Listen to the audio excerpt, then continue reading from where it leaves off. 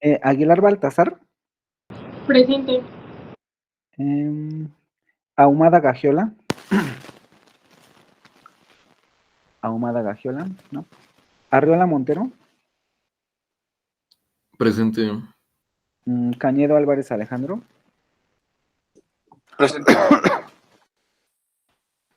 Díaz Manríquez Alexander. Presente. Enciso Martínez Jorge. Presente. Hernández Zúñiga Adrián.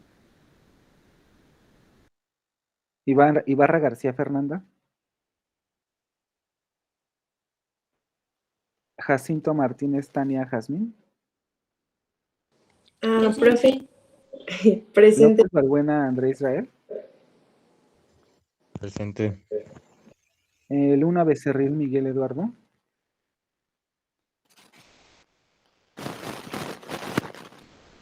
Luna Becerril. Emanuel Ortiz Jesús Fernando. Presente. Maldonado Monteverde Alan. Presente. Martínez Ávila Josué.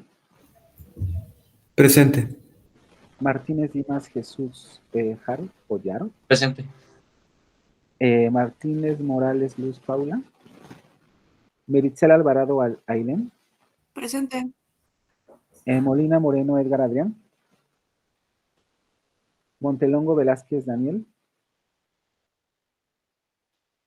Ramos de la Mora Maximiliano. Here.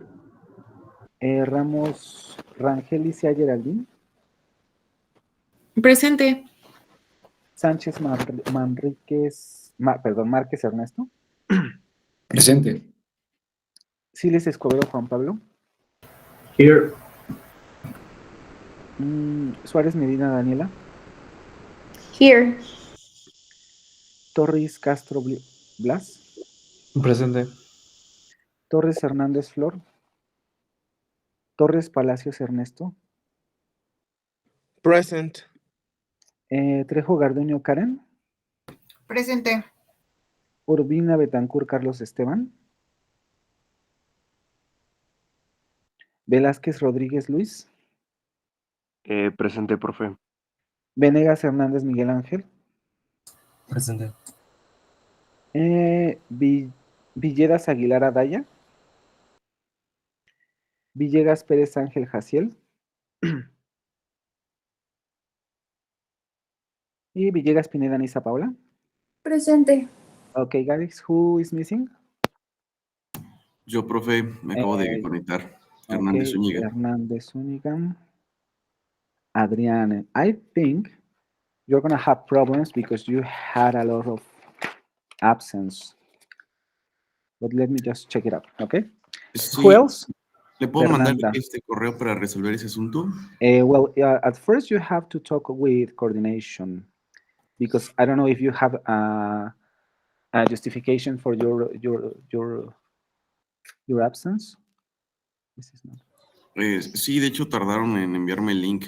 Sí tendría que hablar con ellos, ¿verdad? Yes, you have to talk with them because they have to. They need tell me what kind of thing I should do with you. Okay. Sí, ok, vale. Fernanda. Es que se tardó mucho en prender mi micrófono, pero sí está. Hernández Ibarra. Okay, someone else? Yo creo que es que estaba teniendo problemas con mi internet, pero no sé si sí. Becerril. Okay. Someone else? No one?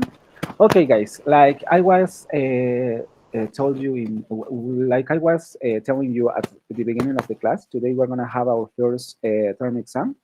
You have the exam in the platform, so you just you have access right now. The name of the activity is first term exam. We're gonna dedicate the first 2 hours to the exam. I'm gonna ask you at 10 a.m. if you have finished already the exam, so don't worry about it. Like I told you before, I need all of you with the camera turned on, so please try to do that because the coordination well, the personal, the coordination, sorry, the coordinator is gonna be in the class at the beginning of it. So please turn on your camera. And let's start with the first term exam. It is really easy. I don't think you're gonna have any problem with the questions. All the things that are in there, we have seen them we have seen them already. Sorry. And also the text you are going to work with, we also saw the text last week, so I don't think you're going to have any problem with it. So let's start, okay? And I'm going to ask you at 10 if you have finished the test, and then we see what we're going to do.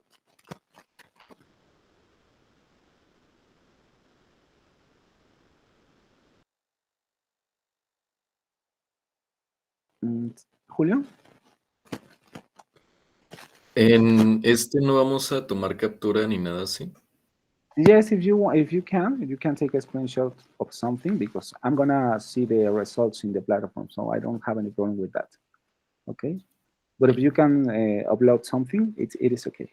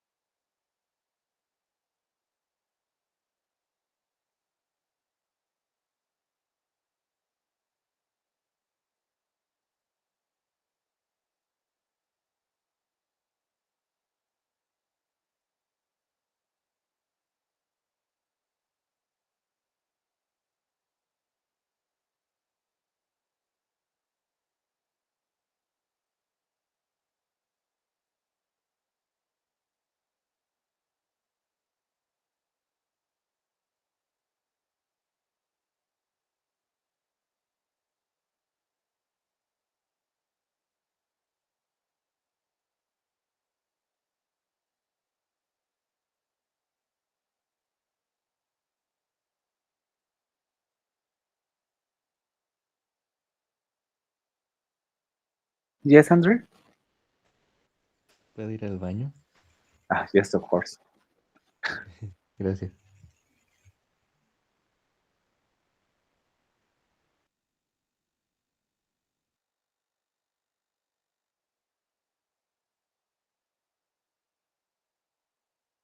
Yes, Julio? Es que hay un ejercicio que dice, o sea, las respuestas que te da es for, although, or y does. O sea, THUS. Entonces, según yo, eso es this.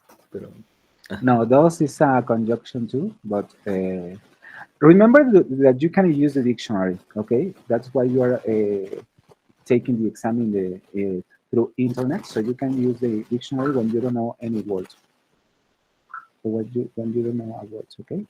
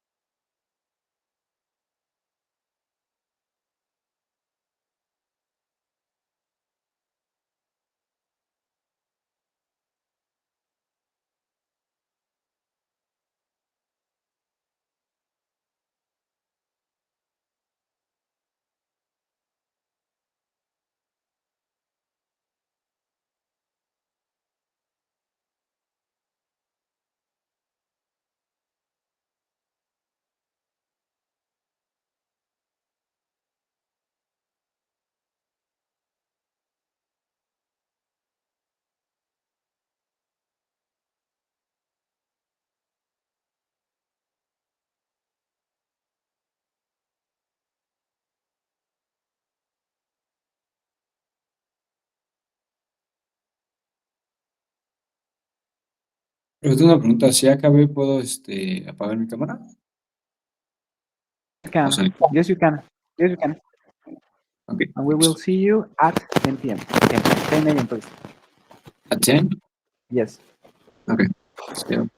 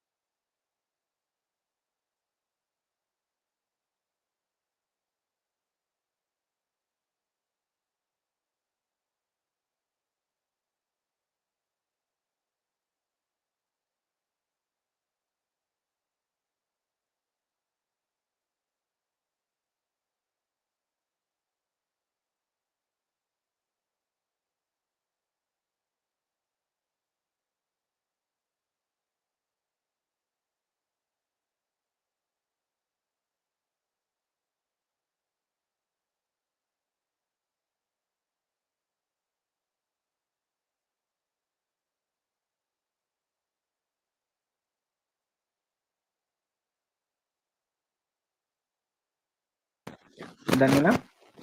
Yes, I'm done with the exam. Yes, don't worry. We will see you at 10 a.m. please. Sorry, I couldn't hear you. We will see you at 10 p.m. Did you hear Okay, me right? perfect. Yes. Thank you.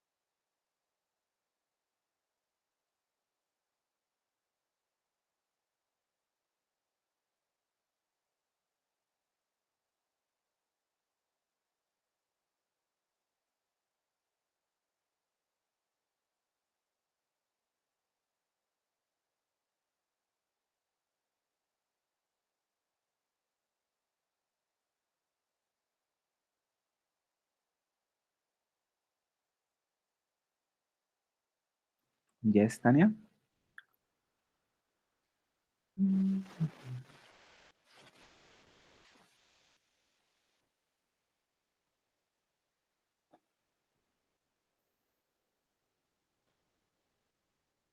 Okay, don't worry. We will see us at 10 p.m. please.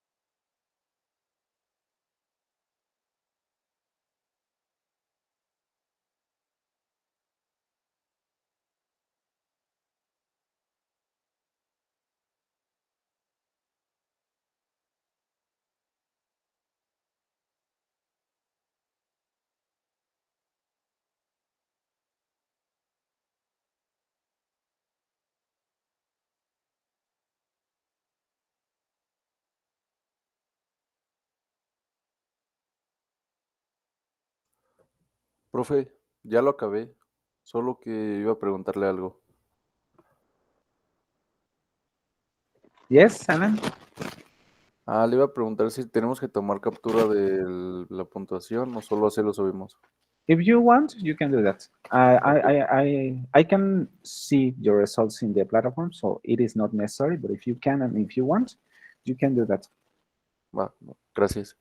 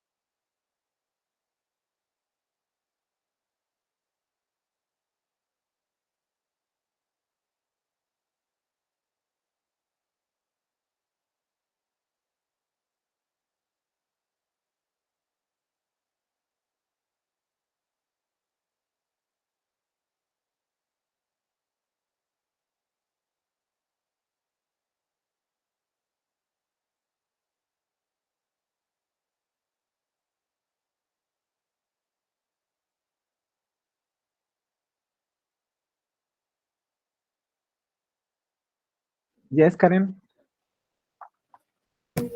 I finished. Yes, don't worry. We will see us at 10, so we can give another instruction. All right, thank you. Okay? Yes.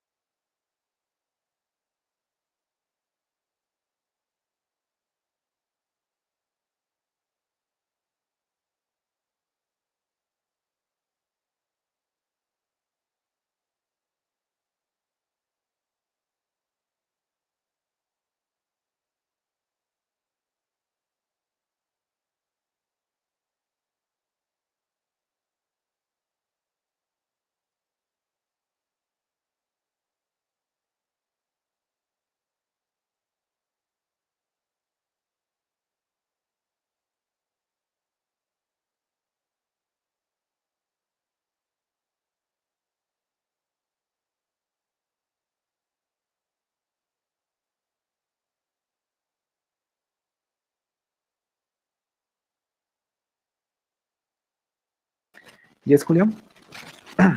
Ya terminé. Yes. We will see us at 10 p.m.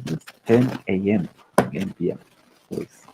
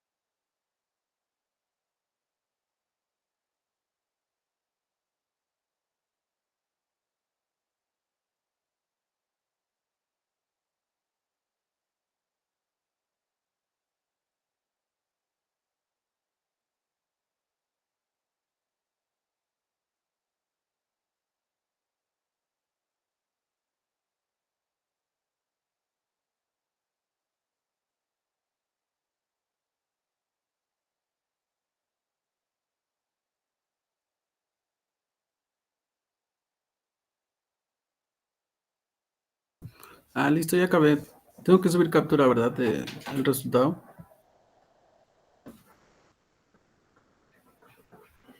If you want and if you can do that. But as I told you before, I don't need that because I can see your results in the platform. So if you want, you can do that. Ah, ok, está bien. Gracias.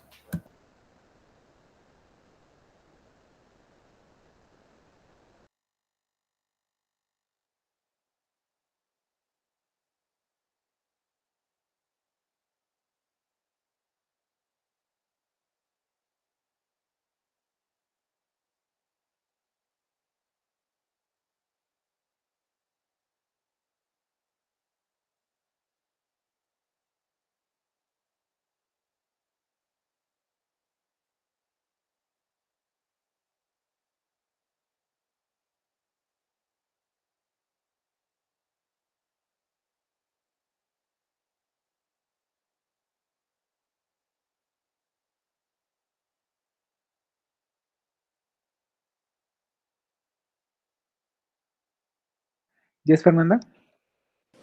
Yes, I already finished my exam, but Yes. I want to tell you something about the last class.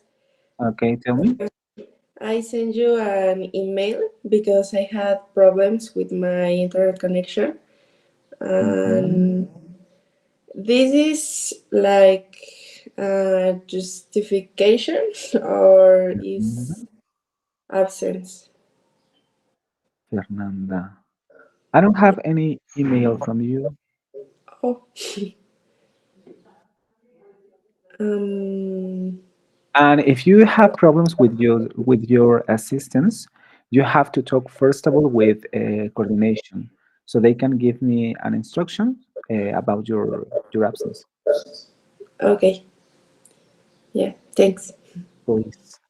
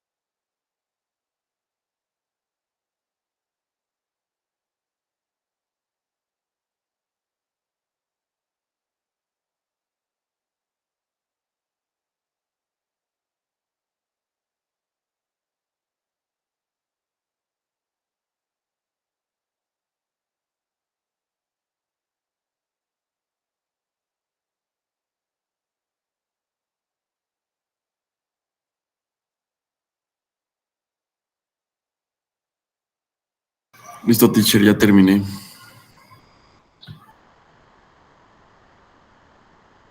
Okay, then see us at 10, please.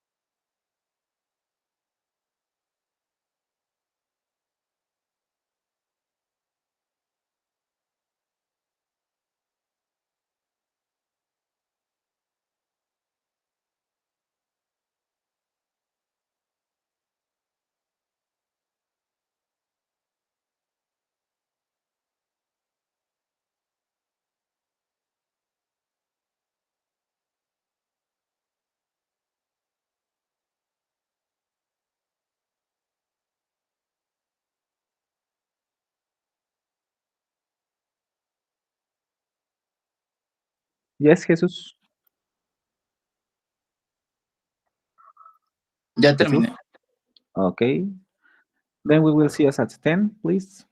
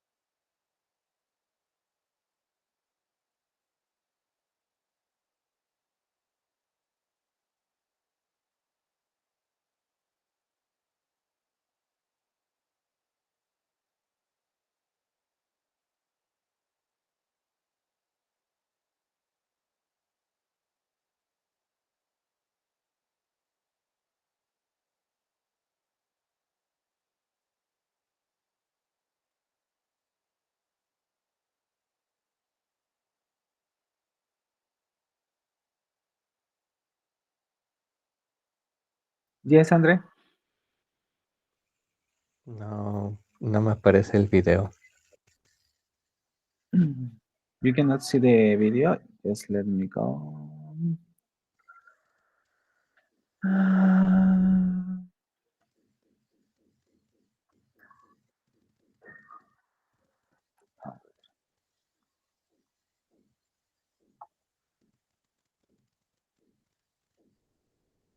Wait. Mm,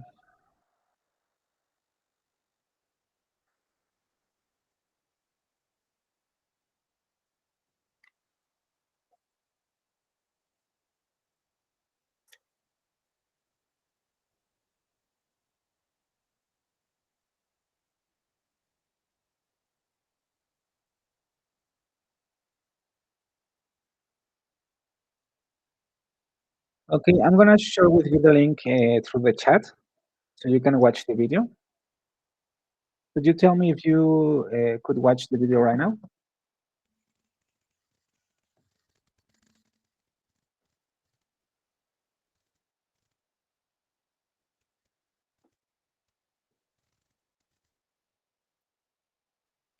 Could you see the video now? Sí, ya se ve, gracias. Okay.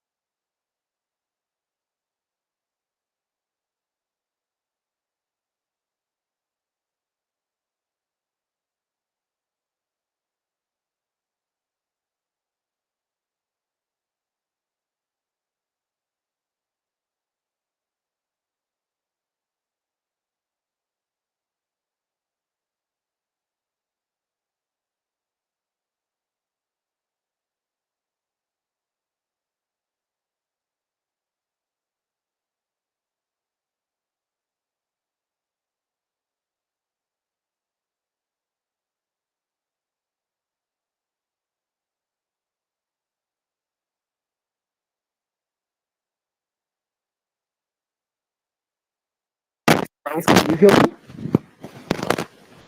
Can you hear me right now?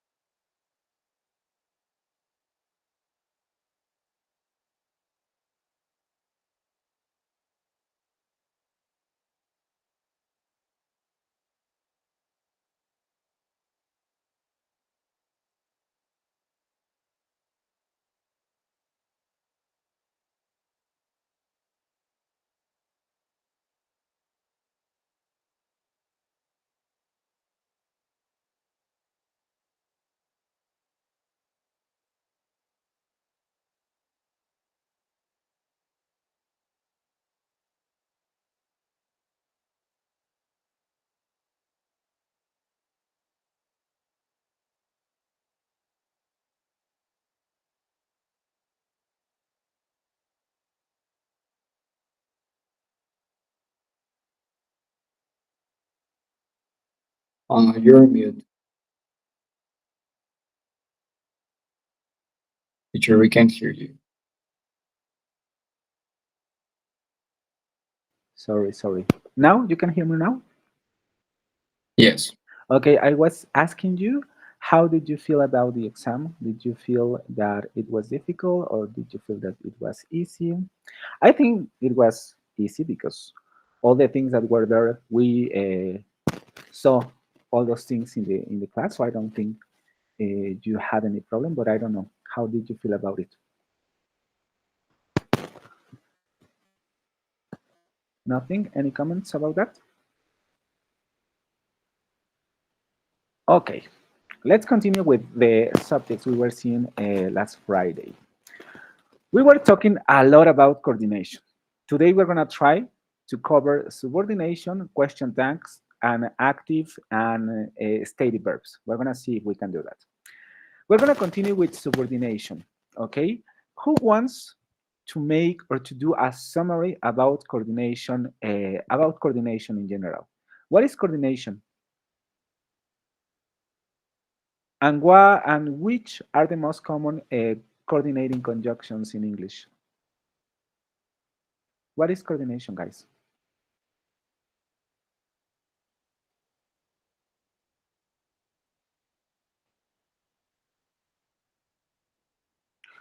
Or who wants to give me examples for coordination? I don't want to, but I'm gonna take my list so you can participate, even if you don't want it. Okay, Daniela? Yes, for what I remember when we were talking about coordination, it was that involves like it's not independent. It has something to do like how do I explain it? Like two phrases, Two phrases, and it has to have a connection. A connection. In coordination, do the sentence need to have a connection between them? I mean, do they need to have a connection, a semantic connection? I think in some cases. Okay, in some cases, but in general? No, I think they're independent. Exactly. In coordination, we have independent clauses, independent phrases, or independent words, okay? And the conjunction just connect those two ideas. Okay. Okay? An example of coordination? And? And could you make a phrase or a phrase or a sentence? Complex sentence, of course. I need to do my English homework and math. homework. Okay, exactly. And math homework, very good. My English homework and my math homework, because you are connecting there two phrases. Okay. Okay. Now, subordination. Subordination, it's not the opposite of coordination, but it's different because in this case we have and we must have a relationship between the independent clause and the dependent clause. The relation is a semantic one, of course. So we're gonna start learning about this. Who wants to read, please? Let's go by attendance list. Villegas, Pineda. Okay. Subordination involves combining independent clauses Combine. with dependent clauses using subordinating conjunctions such as although, because, since, if, when, while, whereas, Whereas, and mhm, after. and after. Very Dependent good. clauses. Let's stop there. ¿Les digo o? Let's explain. Okay. And then you will continue. Okay, subordination involves combining independent clauses and dependent clauses. This is the important thing about coordination. We're going to have an independent clause, and then we are going to have a conjunction, and then we're going to have a dependent clause. Okay. In this case, we don't have, or these sentences are not in the same semantic level and are not in the same level. The dependent clause is going to be attached to the independent clause, and the dependent clause cannot be alone. Okay. We have here some subordinating conjunctions. We're going to see more after. We have although, because, since, if, when, while, whereas, and after. Okay, could you continue? Could you please continue, Nisa? Yeah. Dependent clauses which cannot stand alone as complete sentences rely on the independent clauses for context and meaning. Very good. Dependent clauses, which cannot stand alone as complete sentences, rely on independent clauses. The dependent clause cannot stand alone. This means only that we cannot have a dependent clause without an independent clause. Okay, and the dependent clause rely on the independent clause by context and meaning. We're going to see this more clearly when we see the examples and when we do the exercises. But this only means that these two sentences depend on each other because of the meaning or because of the context. Sometimes the dependent clause give some context about sometimes the dependent clause gives some context in order to understand the meaning of the independent clause. Okay. Let's go with the last point. Nisa, please. Subordination adds complexity and nuance to sentences by expressing relationships of time, cause and effect, condition, concession, comparison, and more. Very good. We have here some of the semantic effects that subordination produces. We can have relationships of time, cause, effect, condition, concession, comparison, and more. We're going to see this after. Okay, we have here some examples. Although it was raining, they decided to go for a walk. What kind of relationship? We have talked about this relationship, this semantic relationship, when we were seeing coordination. Do you remember what kind of semantic relationship we have here? Although it was raining, they decided to go for a walk. Remember that in these cases, coordination and subordination, the meaning is essential. This is why this is too difficult for us, because the meaning is essential. It's not just grammar. We have to understand the relationship between the two sentences. Do you remember what kind of semantic relationship we have here in this first example? Although it was raining, they decided to go for a walk.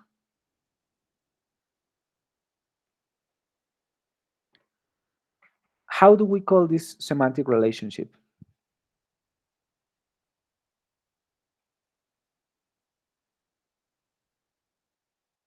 ¿Cómo traducimos esta frase?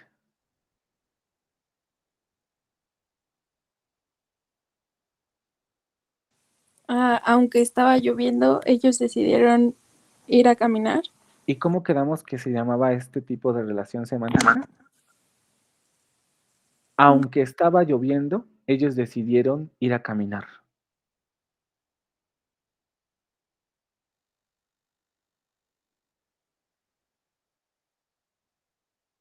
Es una concesión, recuerden.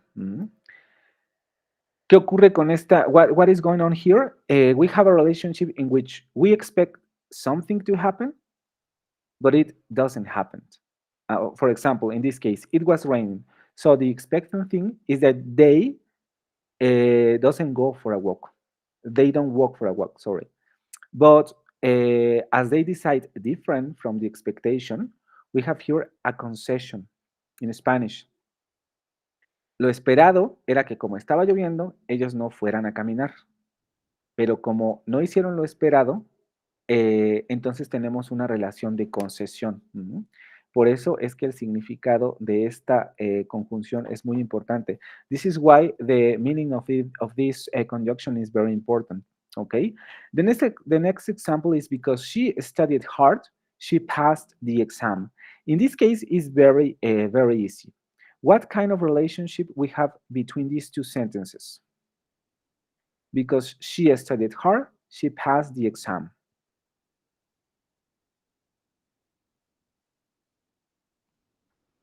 Time, cause, effect, condition, concession, comparison. What kind of relationship we have here? Cause and effect? Effect, exactly. Cause and effect. The cause is? That she studied hard. That she studied hard, and the consequence is that she passed the exam, okay? So, as you can see, we have an entangled relationship between these two sentences. The dependent clause has a meaning that depend on this sentence, okay? And when we say that we cannot have the dependent sentence alone, it's just because we cannot eliminate these sentences and have a sentence with its own meaning, although it was raining. This doesn't make any sense. We need the other thing. That's why we say that these are dependent clauses, okay? I'm gonna say it in Spanish. Decimos que son oraciones dependientes porque no las podemos tener solitas, tampoco en español. Aunque esté lloviendo o aunque estaba lloviendo, no tiene ningún sentido. Ajá. Porque ella estudió duro, tampoco tiene ningún sentido. These are dependent clauses because they cannot stand alone. They need the independent clauses, sorry, to complete its meaning, okay? And we have a lot of types of subordination. Well, in this case, only 3, but this kind of subordination are kind of difficult, okay? Because we have to understand what is an adverb, what is an adjective, and what is a nominal. Okay, who wants to explain me what is an adverb? We saw this last class, so I don't think you have any problem, but let's see. Silis Escobedo?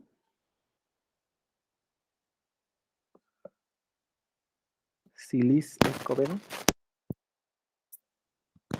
A la 1, Silis Escobedo. A las 2, Silis Escobedo. A las 3. Remember, guys, I'm gonna erase the attendance, okay? Ramos de la Mora. Here, what is an adverb? Do you remember what is an adverb? An adverb. It's... Okay, let's do this different. Search it in Wikipedia. Okay. What is an adverb? It's a verb that describes an action. It's what? No, just the word that describes an action. A word that describes an action. And don't you think this is more, or this definition suits better to a verb? A word that describes an action. That's a verb. A verb. What is an adverb? Adverb typically modifies verbs or adjectives What else? and sometimes ends with like. Yes, the most common. This is Like like quickly. our adverbs in mente, rápidamente, Uh-huh. acaloradamente. Okay, this is the translation, the better translation for that kind of adverbs. We're gonna see some of them. But if exactly, an adverb is a word that modifies the meaning of a verb or that modifies the meaning of an adjective or another adverb. In this case, we're gonna see the most how can I say this? The most visible kind of adverbial of adverbs, the ones which modified a verb. Okay, so an adverb could modify a verb, and another adverb, sorry, and an adjective. Adverbial subordination involves joining an independent clause, main clause, with a dependent adverbial clause using subordinating conjunctions. This is the typical definition. Adverbial clauses modify the main clause by providing information about time, place, manner, condition, purpose, or reason. I'm going to say this in Spanish in order for me to do it clearer, because sometimes it's kind of difficult in English, and for you to understand me.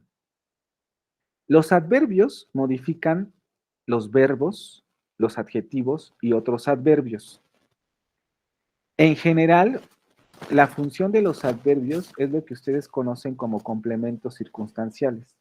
Complementos circunstanciales de tiempo, de lugar, de manera, que son los que ustedes más conocen. Los adverbios son palabras. Tenemos palabras solitas. Por ejemplo, en inglés podríamos tener palabras como, I don't know, clearly. And this is the termination that your classmate was talking about. Determination as our mente, como nuestro mente. Claramente, clearly. So, these kind of words modify the verb or express time, place, or manner. In this case, clearly is manner. For example, I don't know. Your classmate spoke clearly. Su compañero habló claramente. Claramente me está diciendo cómo habló su compañero. Lo único que sucede con la subordinación es que esta palabra o este tipo de funciones las transformamos en oraciones. No se expresan con palabras solamente, sino que se transforman en oraciones. The example, we have here the example. She left the party when it started raining. For example, I can say, she left the party early. Early is an adverb. We have here the termination and we know the meaning, temprano. She left the party early. It's only one word. But we have this kind of subordination in which we have a sentence introduced by a subordinating conjunction. In this case, when it started raining. And in this case, we have a sentence that is expressing time. Nos está diciendo cuándo dejó la fiesta. Ella dejó la fiesta cuando empezó a llover. Si ustedes notan, lo único que está haciendo esta oración es añadir información sobre el tiempo en el que ocurrió la acción principal. Es por eso que les llamamos subordinaciones adverbiales, oraciones adverbiales subordinadas en español. In English is the same, adverbial subordination sentences. She left the party when it started raining. Then we have adjectival subordination. Let's go with, what is an adjective? An adjective. Luna Becerril.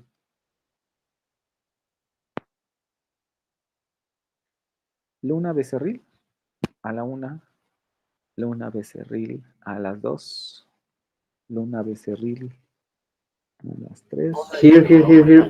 Okay, what is an adjective? Could you please search it in Wikipedia and tell us what is an adjective? Yeah.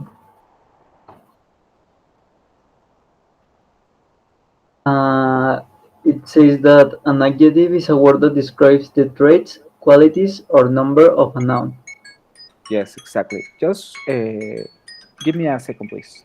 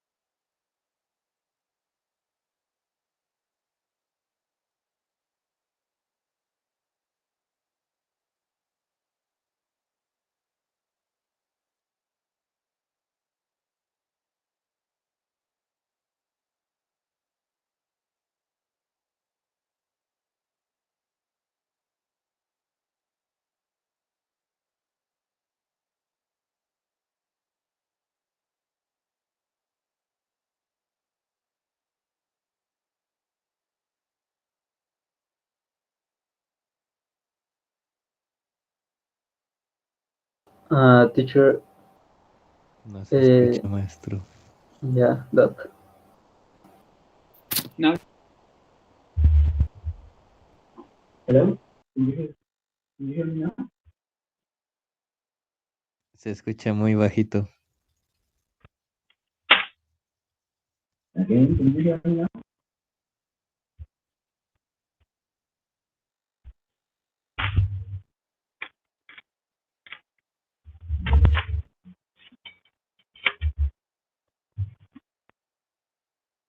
Hear me now or not?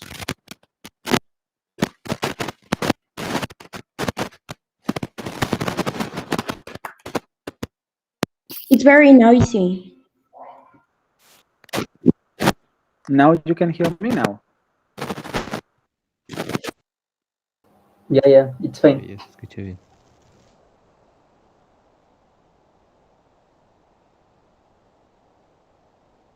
Otra vez no se escucha. Yeah, no, we don't. We can hear you.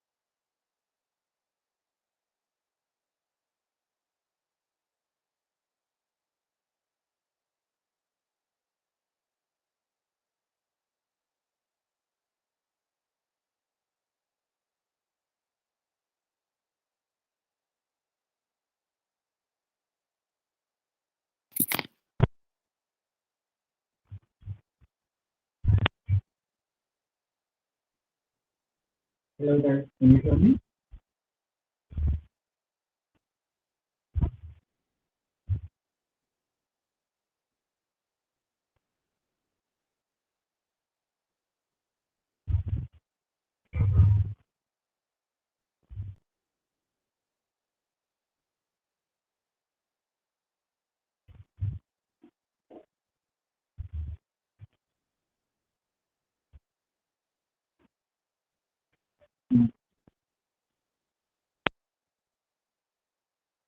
Me now?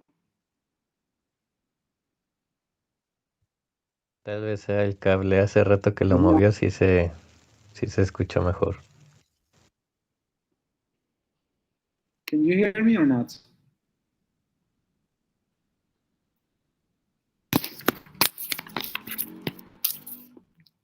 Now can you hear me or not, guys? I will Yeah. because Yeah. okay, very good. I solved the problem. Okay, what is an adjective? Miguel. An adjective is a word that describes a noun. that describes a noun. That's the most common definition.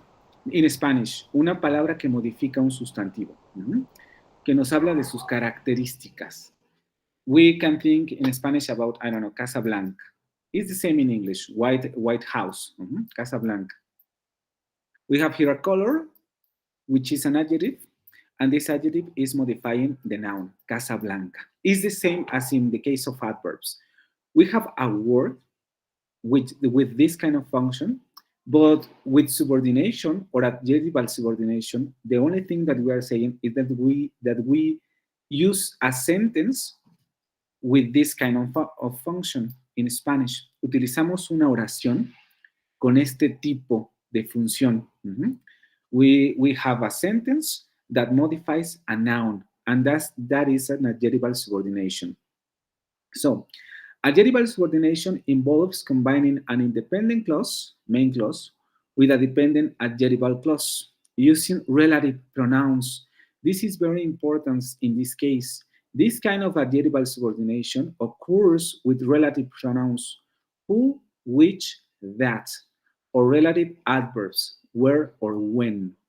Okay. Adjectival clauses modify nouns or pronouns in the main clause, providing descriptive or identifying information. Si ustedes lo notan, lo vamos a un poco el contraste con la oración de arriba. Toda la oración adverbial modifica a toda la oración principal. Pero en este caso no va a ocurrir así. Vamos a tener, we have here the example. The book that she recommended is excellent. The subordination clause, okay, let's do an exercise. We have here two verbs. Which is the main verb and which is the subordinating verb? ¿Quién me quiere decir? ¿Cuál es el verbo principal? Porque aquí tenemos dos verbos. ¿Y cuál es el verbo subordinado o el verbo secundario?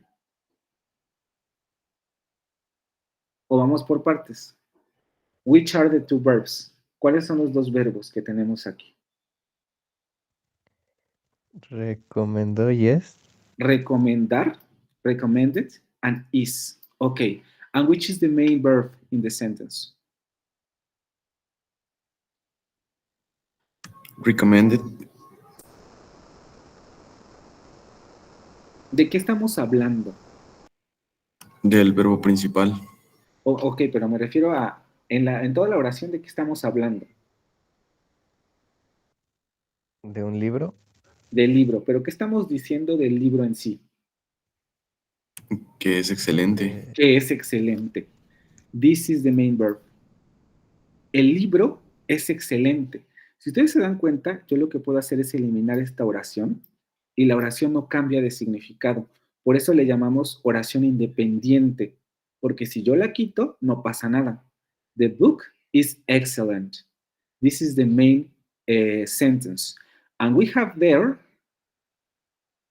the subordinated sentence. Just let me erase this thing.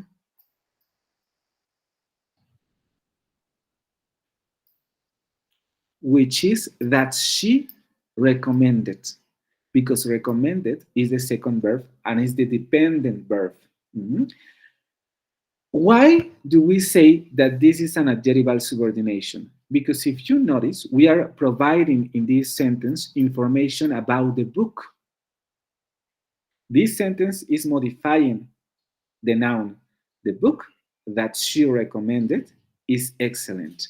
And these sentences is providing information about the book. En español, la oración nos está dando información sobre el libro. Por eso le llamamos subordinación adjetival, porque está funcionando como si fuera un adjetivo esta oración. Por eso el verbo principal está hasta después. Lo curioso, vamos a decirlo así, o más bien la comparación que quiero que hagan, es que vean cómo en la subordinación adverbial, que no siempre es así, pero en este ejemplo así ocurre, la oración adverbial está modificando a toda la oración principal. Toda esta oración está siendo modificada por esta oración, pero en este caso no. En este caso, la oración subordinada solamente está modificando al nombre, ¿ok? Vamos a la siguiente. Nominal subordination. Okay, let's go with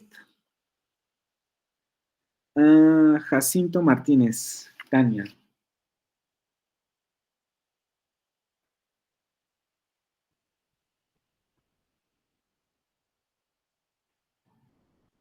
Jacinto Martínez, Tania a la 1. Jacinto Martínez, Tania a las 2. Jacinto Martínez, Tania a las 3. Díaz Manríquez. Díaz Manríquez, Alexander. A la 1. Nominal subordination. No, I want you to search what is a noun in Wikipedia and please read us what you find. Okay.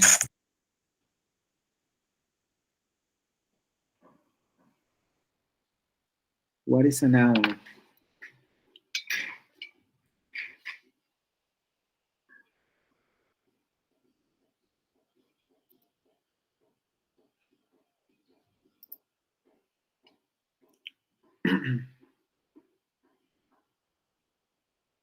No?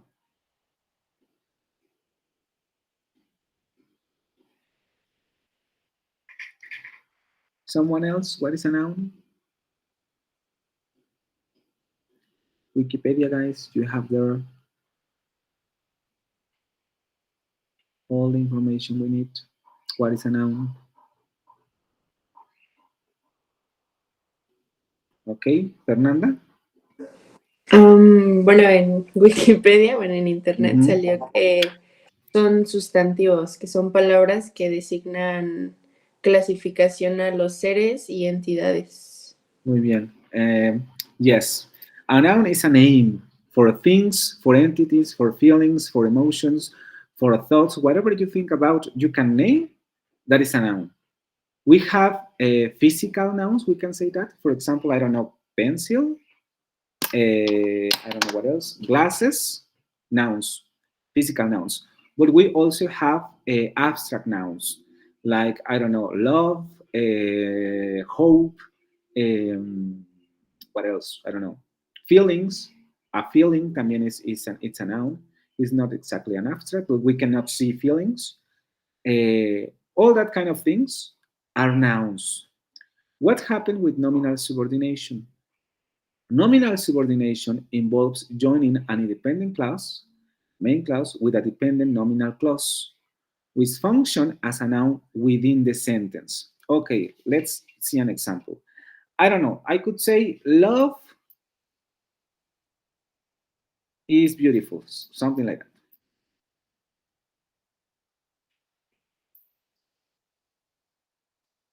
And we have here a noun, a name for a thing, in this case, a feeling. What happened with nominal subordination is the same as what happened with adjectival and adverbial subordination. Instead of having a noun, we are going to have a sentence in Spanish. Lo que ocurre con la subordinación nominal es que en lugar de ocupar un sustantivo, vamos a ocupar una oración como si fuera un sustantivo. En este caso es quizá un poquito más fácil de identificar, pero también un poquito más difícil de comprender, porque como podemos hacer esto, este tipo de oraciones pueden aparecer en cualquier parte de la oración, porque pueden funcionar como sujeto, ustedes más o menos conocen estos términos porque los vieron en su clase español, puede funcionar como objeto, etcétera.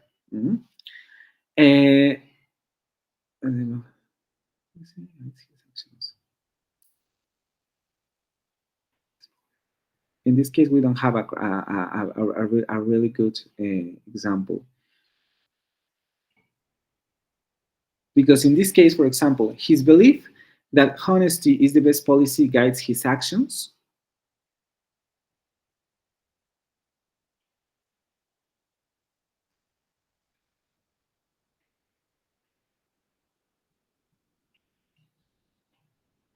What do we have here? Do we have here a nominal subordination? What do you think about?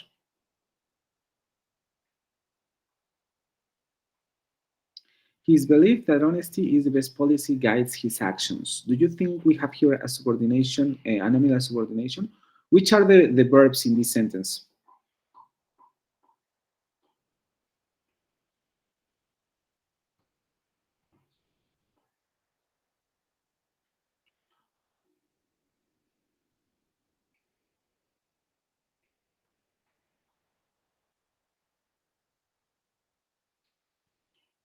Which are the verbs in these sentences? In this sentence, guys, we have two verbs again because obviously we have a dependent clause and independent clause. But which are the verbs in this case?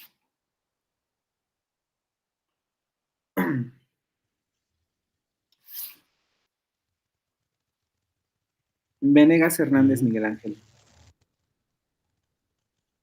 Sí. Which are the verbs in this case?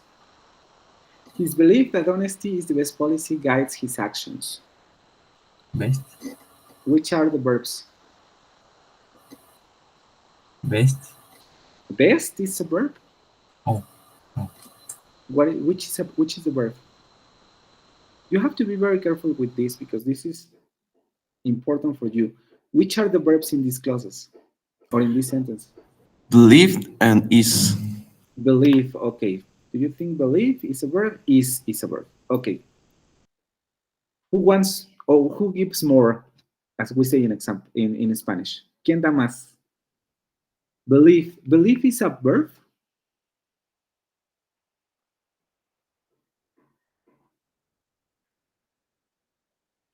Believe. Oh, Sería no, perdón. believe, no, pero con B. Con la ¿no? V, exactamente. The verb should be believe. But in this case, we have the noun, his belief. Okay? So this is not the verb. Which other is the verb? Is the verb. We know that because that's the verb to be. But what other is it? What other word is it's a verb? Translate the sentence in your head, word by word. ¿Cómo traducirían esa oración?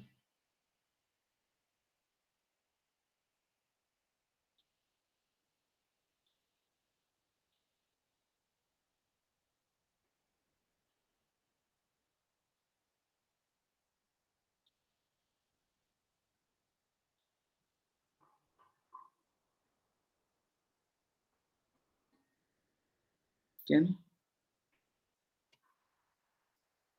A ver, André. Yo tenía duda de por qué no era verbo. Ah, porque el verbo es believe. Believe.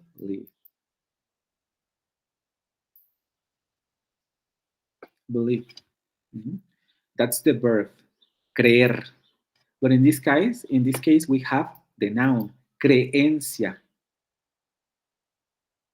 Ok. As in Spanish, creer es el verbo y creencia es el sustantivo. This is a noun. So, which other is the verb? ¿Cómo traducimos esta oración, chicos? Ya más o menos ahí se las estoy traduciendo. ¿Cómo traducimos esta oración? Rangel Licea.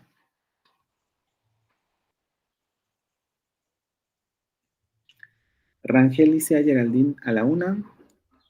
Rangel Licea Geraldine a las 2. Rangel Licea Geraldine a las 3. Meritzel Alvarado.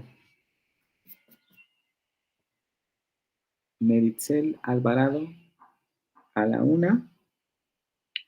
Meritzel Sí, estoy. Alvarado. ¿Qué pasó? Ok. ¿Cómo traducimos esta oración? Si me preguntan cuál oración, quiere decir que no están poniendo atención. ¿Cómo traducimos esta oración? No sé, tal vez, bueno, lo voy a traducir, creo que mal. Su creencia es que la honestidad es la mejor política guiada por sus acciones. Ok, sí está traducida incorrectamente. Pero bien, va más o menos. Ok, a ver, Misa, Paula. ¿No era guides el otro verbo? Exactamente. A ver, tradúceme la oración. Ay, no. No, o sea, traducida igual que como mi compañera la acaba de hacer, pero bueno, ya la busqué. Su creencia Ajá. de que la honestidad es la mejor política guía sus acciones. O sea, está igual. Exactamente. No, no es igual. Su ¿No? creencia, porque ella dijo su creencia es que. Y cuando dice su creencia es que, ya aquí le está metiendo un verbo que no existe aquí. Su creencia es que, no. Su creencia de que la honestidad es la mejor política guía sus acciones. Lo voy a explicar en español para que lo entiendan un poco como la oración anterior. Por eso les digo que es un mal ejemplo, porque aquí no estamos ante una oración nominal subordinada. Ahorita les voy a hacer una para que entiendan el ejemplo. La oración subordinada sería that honesty is the best policy.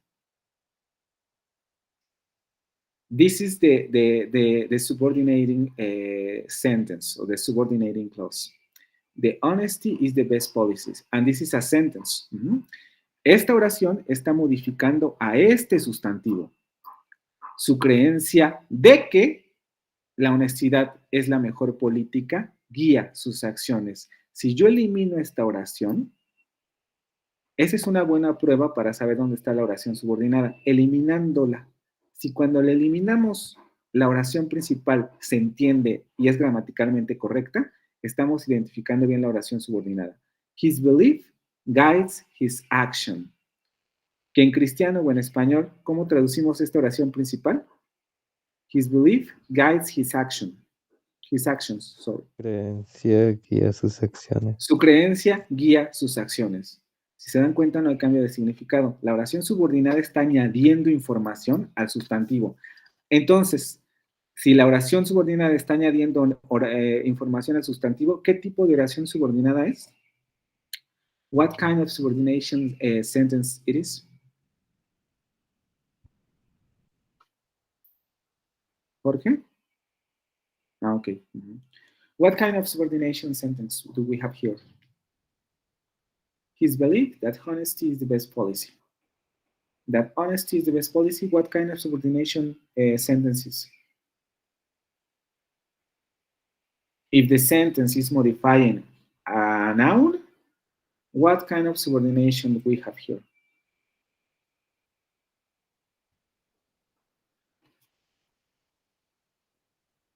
Urbina Betancourt. Trejo Garduño. Trejo Garduño a la una. Trejo Garduño. What kind of subordination do we have here? If the sentence is modifying a noun, then we have an adverbial subordination or adjectival subordination. If the sentence is modifying a noun.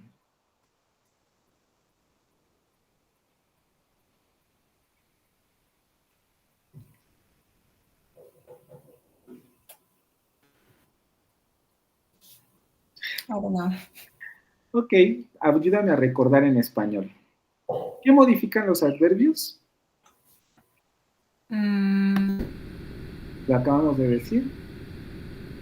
¿Qué modifican los adverbios?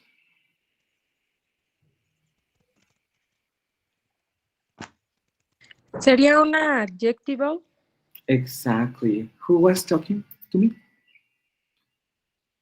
Yo, Frida. Frida. Exactly. This is an adjectival sentence because it's modifying a noun. En español, resumen, adverbios modifican verbos, otros adverbios y a los adjetivos.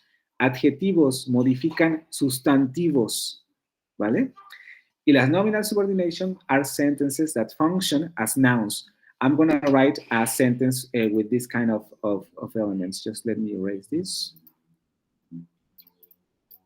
For example, in this case, we had love is beautiful.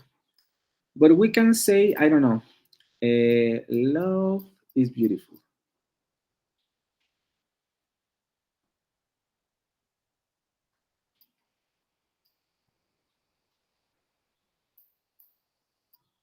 We can say something like, the way, no. Yes.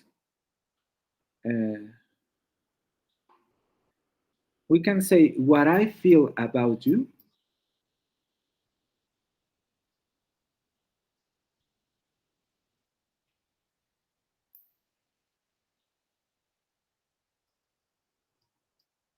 is beautiful. What I feel about you is beautiful. I don't like this because I don't have the proper writing. So let me just erase and write the sentence below.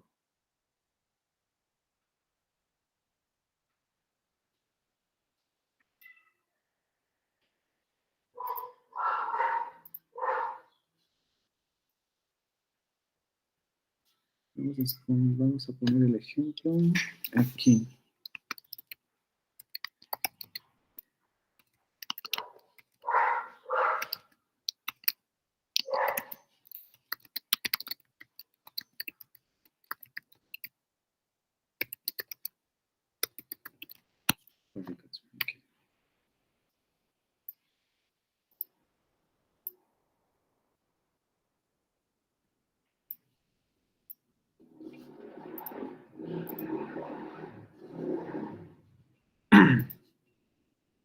Okay, now we have here the sentence, the complete sentences. Well, this is not correct. I don't write correctly the verb, so just ignore that. But in this case, we have again two verbs. Which are the verbs in this case, in this sentence? What I feel about you is beautiful. The correct form of the verb is, feel. This one, okay. Which are the two verbs in this case?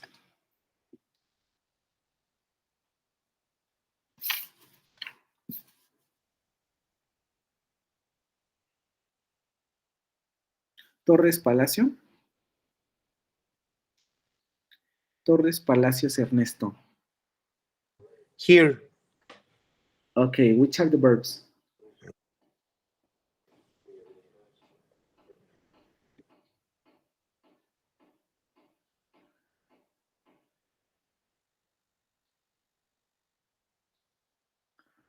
Which are the verbs in this second sentence?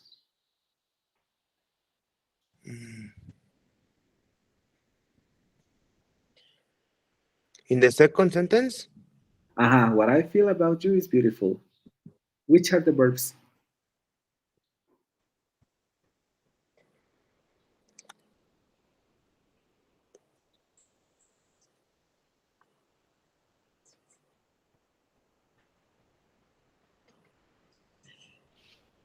No? Andre? No, teacher. Sorry? Is feel and is?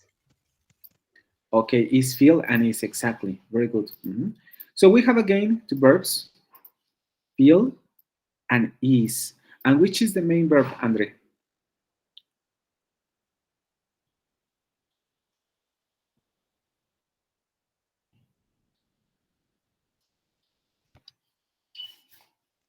Which is the main verb and which is the subordinated verb?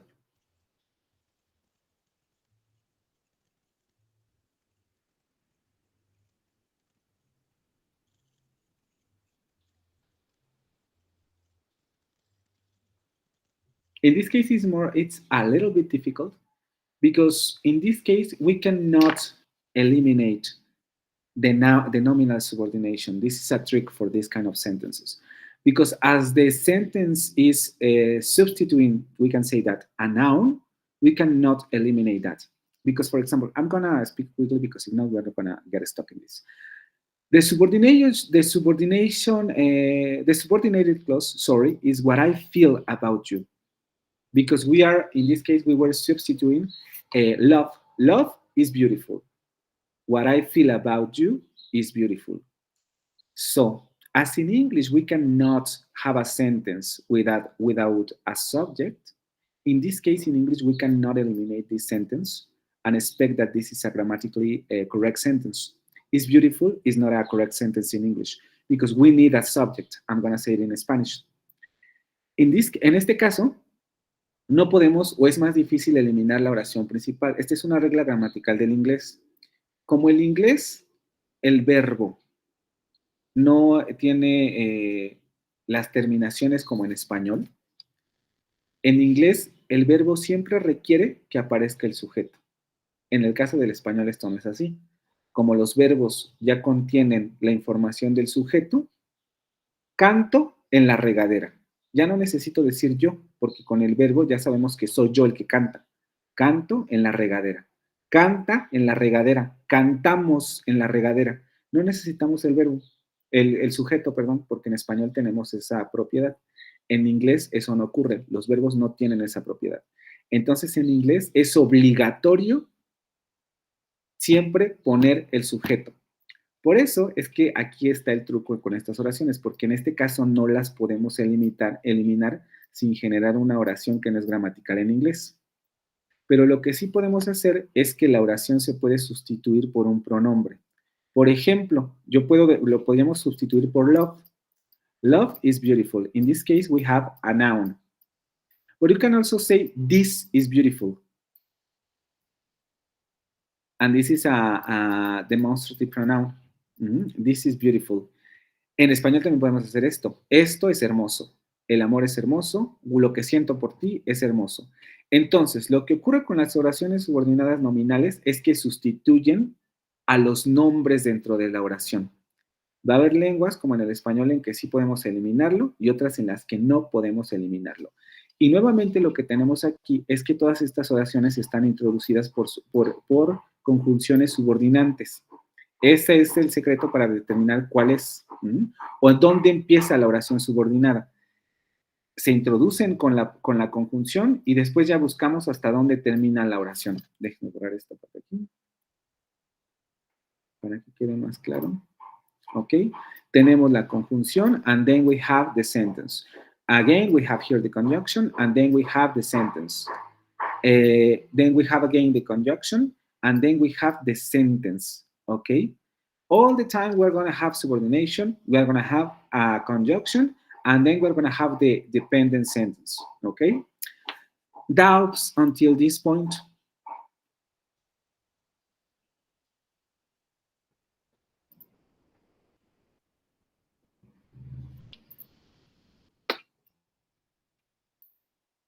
This is very important for certification exams, because in certification exams, they are asking you about these kind of things.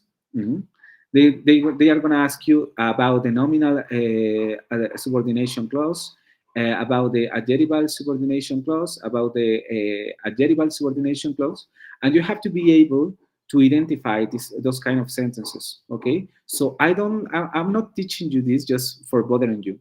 This is very important for you because in the certification exams, not in the certification exam of the university, I don't know, like a TOEFL exam, the other is a ISLT exam.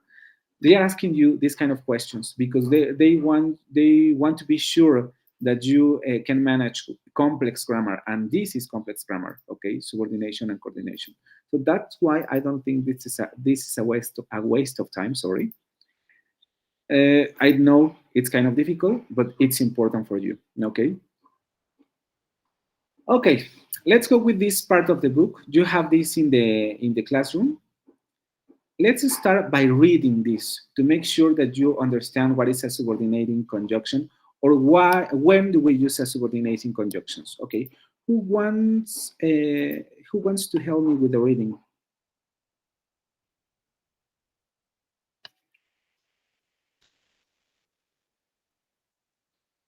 Julio? Yes. Subordinating conjunctions connect depend or subordinate clauses to independent clauses. An independent clause can stand alone as a complete sentence. A dependent clause requires an independent clause to be correct or even to make sense. Furthermore, a dependent clause always begins with a subordinate conjunction, following a list of the most common subordinating conjunctions. ¿Esa también la leo? Yes, please. Okay. After, although, as if, as though. Because, before, even if, even though, except, if, now, that, since, that, doth. Unless, with, when, where, while. Okay. Tradúceme todas estas. After. Ok. After, a pesar de. After, Digo, ay, perdón. Después, ajá, although, a pesar de. o aunque, ajá, Bueno, as, aunque, mientras, ¿no? como, Ok, ujú, ¿cómo? como, as if, Como si. as though, No, esa sí no me la sé. is similar to aunque. Ujú. O también, este sí podría ser también similar como mientras. Because, ¿Por qué? ajá, before, Antes, even if, aunque esto, incluso, sería más la traducción. incluso. Incluso sí, ajá, even though. Esa igual, no, ni idea. Ese también sería como aunque. Ujú. Ok. Except, Excepto, ajá, excepto if, sí, now that, ahora que, since, desde, then. como eso. Como en este caso también. Ujú. Ok. Than. Se utiliza principalmente en comparaciones. Perdón, sería más grande que. En este caso la traducción correcta sería que. Ujú. Ok. Luego, Though, pues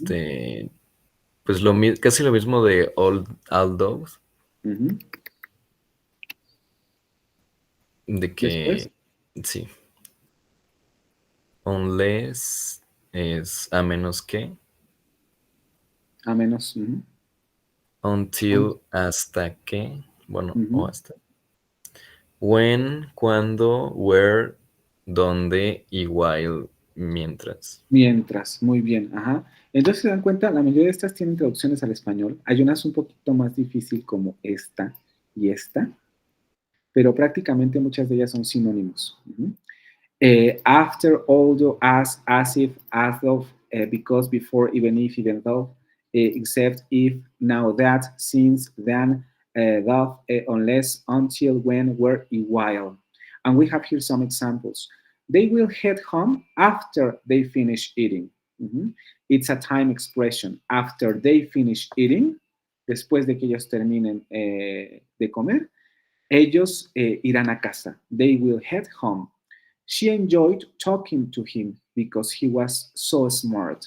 Porque él era muy inteligente, ella disfrutó hablar con él. We have close relationship because Tom will not join the team unless he can be the captain. Unless he can be the captain, Tom will not join the team. A menos que él sea el capitán, Tom no podrá unirse al equipo. Aquí tenemos una condición.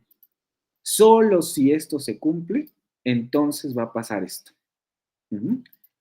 Several subordinating conjunctions express time relationships, and we have here a classification because not all of them express the same thing.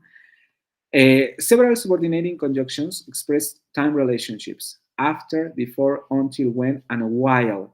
These conjunctions indicate when the action of the dependent clause takes place in relation to the action of the independent clause. Lo único que está diciendo aquí es que este tipo de conjunciones expresan una relación temporal entre una y otra oración, y esto lo sabemos. Él fue doctor antes de volverse veterinario. Sabemos que el ser doctor ocurrió antes de que él se convirtiera en veterinario.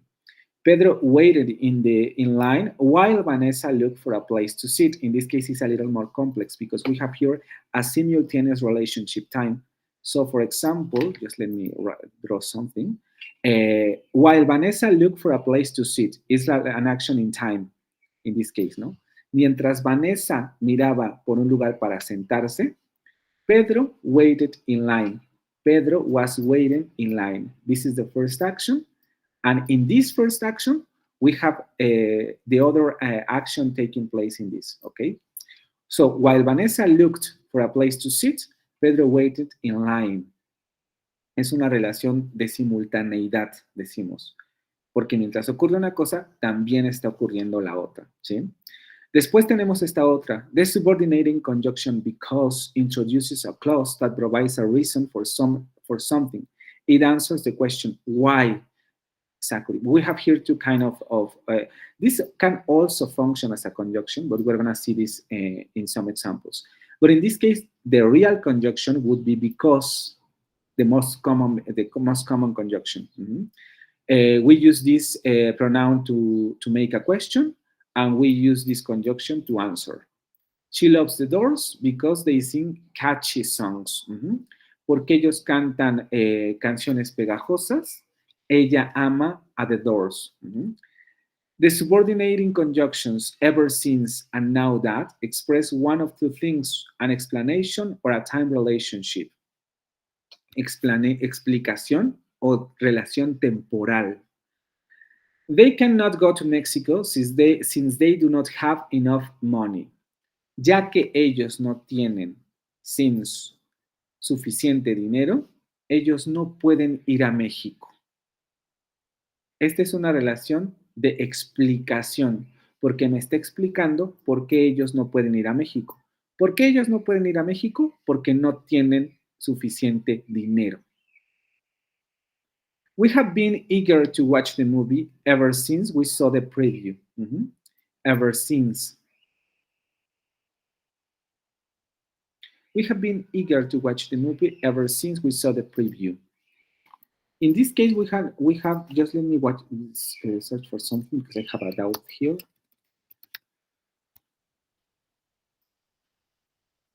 Nice.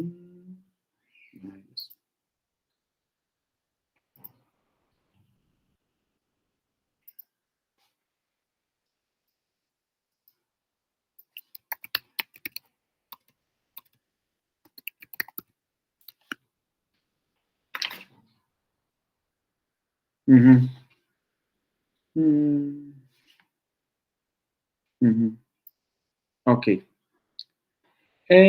So in this case, we have a relationship of time. We have been eager to watch the movie ever since we saw the preview. Desde que nosotros vimos la precuela, hemos sido cautelosos, si no me equivoco.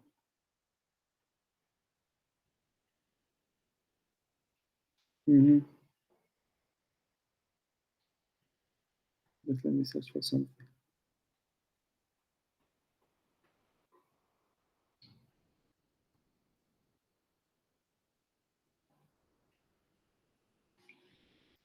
Hemos estado, no, cautelosos no, hemos estado deseosos, eager, de ver la película. Y aquí están, we have here a relationship of time.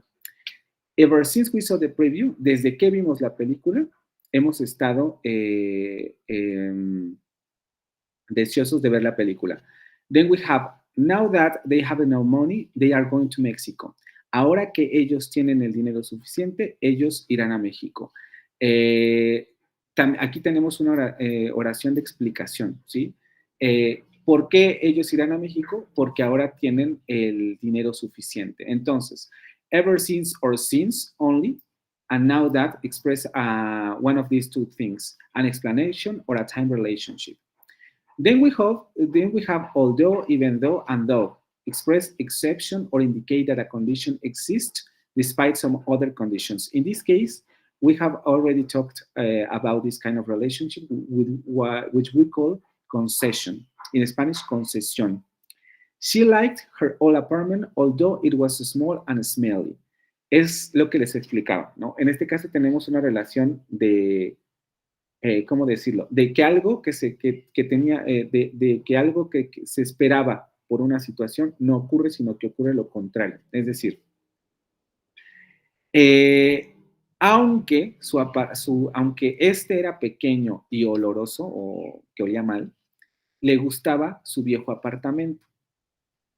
¿Qué es lo que ocurre aquí? Lo que se esperaba era que no le gustara el apartamento porque era pequeño y oloroso. Pero ocurre esta relación de concesión en donde, a pesar de esto, ocurre lo inesperado, vamos a decirlo así. A pesar de que era pequeño y oloroso, a ella le gustaba su apartamento. I was good at volleyball, even though I was short. Aunque yo era pequeño, yo era bueno en el voleibol. otra vez tenemos una concesión, porque lo esperado es como si dijéramos, I was good at basketball, a better example, even though I was short. Porque sabemos que las personas pequeñas usualmente no juegan básquetbol, porque uno de los requisitos es que sean altas. Pero aquí hacemos una concesión. Aunque yo era pequeño, yo era muy bueno jugando básquetbol o voleibol en este caso. I hated his choice of music, though his voice was quite good. A pesar de que él cantaba muy bien, yo odiaba el tipo de música que cantaba o la elección de música que hacía, ¿no? Entonces, lo esperado era como tenía buena voz, que me gustara lo que escogía. Pero la contradicción es esa. A pesar de esta situación, no me gustaba su voz, ¿vale?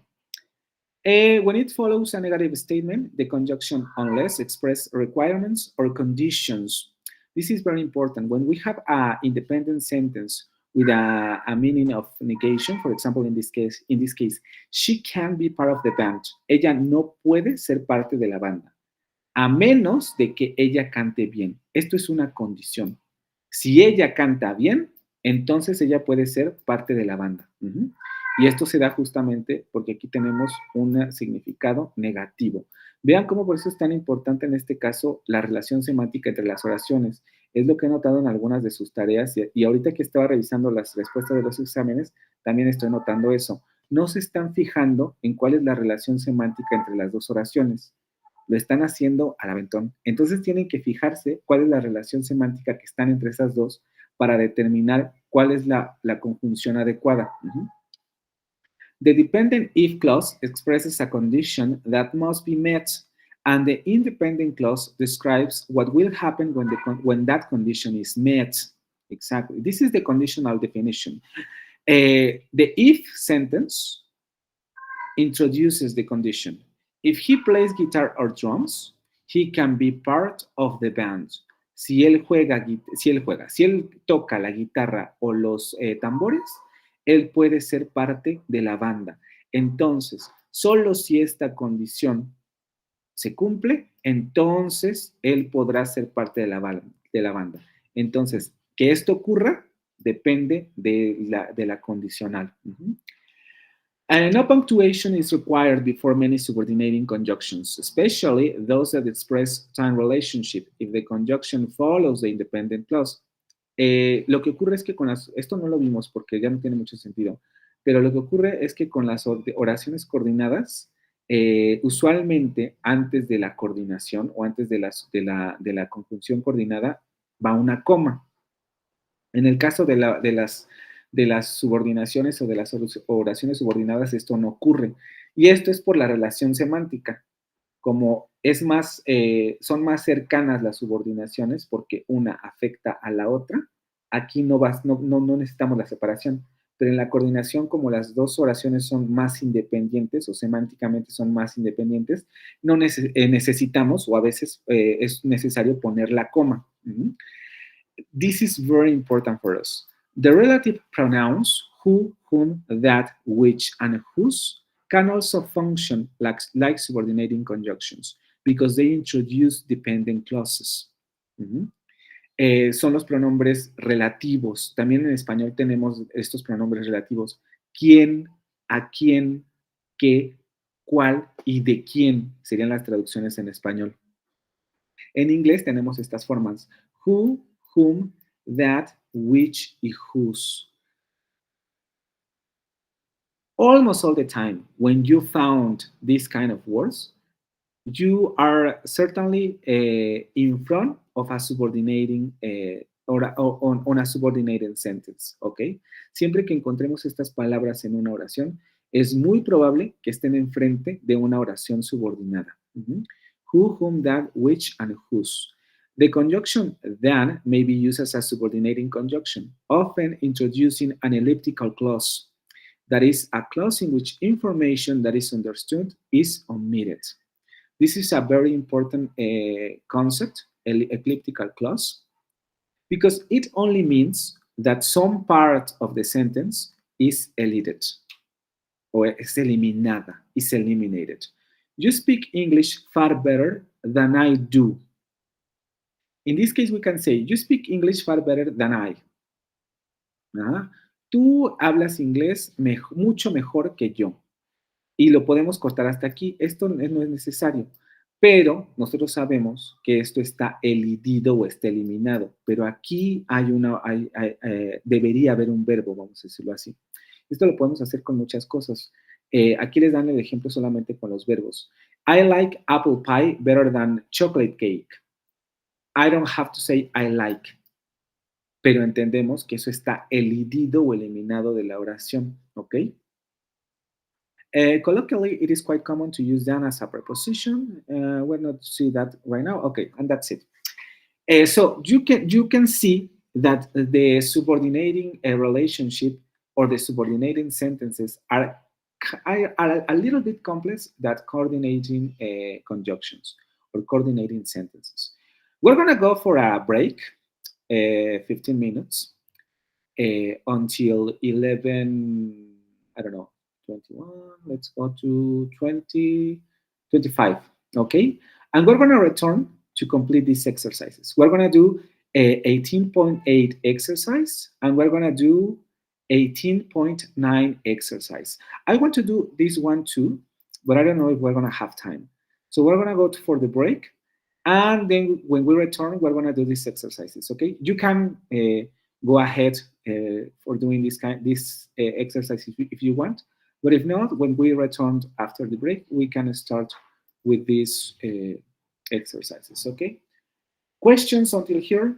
I know it's a lot of grammar, but we have to see that. Questions? No, thank you. Okay, so you have here the information, you have the material. If you want to, I don't know, to review it again after the class or in your free time, it is not a waste of time. And let's go for the break, and then we'll return to do the exercises. Right?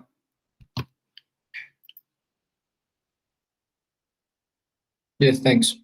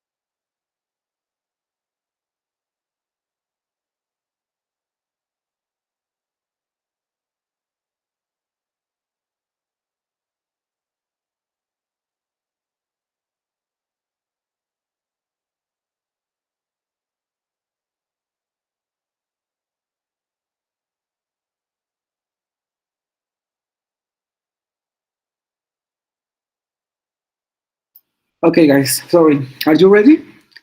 Let's go with the exercise. Just remember, I just do the exercise, and it's the last sentences are not so easy. So please, if you don't understand a word or you don't understand a sentence, try to use the dictionary first, okay?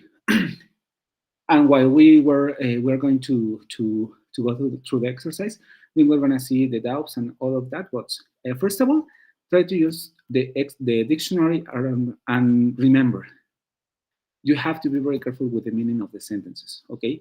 The relationship between them is important to know what kind of subordinating conjunction you have to use in them, okay? So let's go. I'm gonna give you 15 minutes. So 15 minutes, guys. Let's go.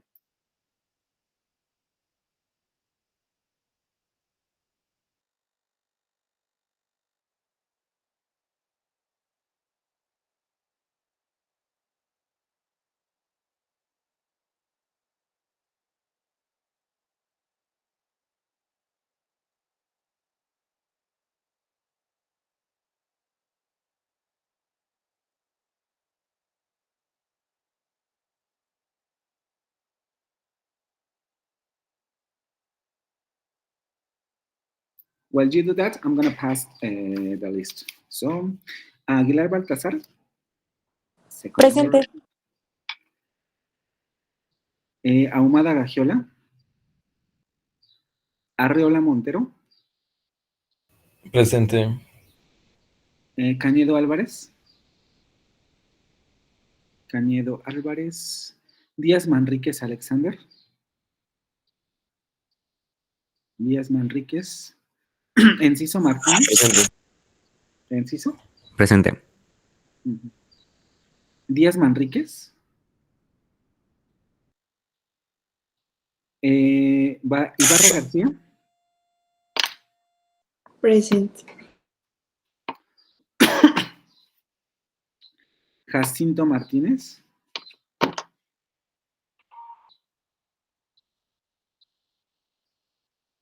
López Balbuena.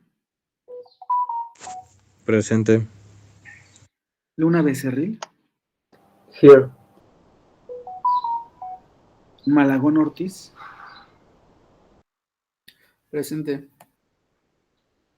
Maldonado Monteverde. Presente. Martínez Ávila. Presente. Martínez Dimas. Presente.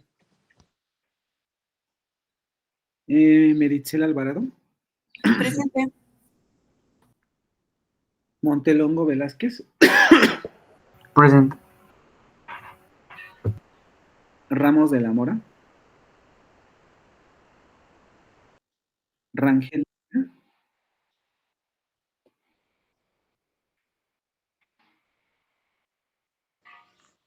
Here. Eso en el baño, profe. Ramos de la Mora. Sánchez Márquez. Presente, profe. Silis Escobedo. Here. Suárez Medina. Here. Torres Castro. Here. Torres Palacios. Trejo Garduño. Urbina Betancourt. Presente. Ay, perdón, profe. Estefany. Sí. Trejo Garduño, ok. Urbina Betancourt. Velázquez Rodríguez. Venegas Hernández. Presente. Villegas Pérez Ángel. Villegas Pineda. Presente. Okay. Who was missing or someone who didn't take the attendance? Yo, profe, no volví a aparecer en la lista. Hernández Zúñiga. Ya, sí, Adrián, perdón. Hernández Zúñiga, vale. Someone else? Profe, ¿sí me nombró? I don't know. Torres Palacios. Yes. Present. Torres Palacios. Alejandro.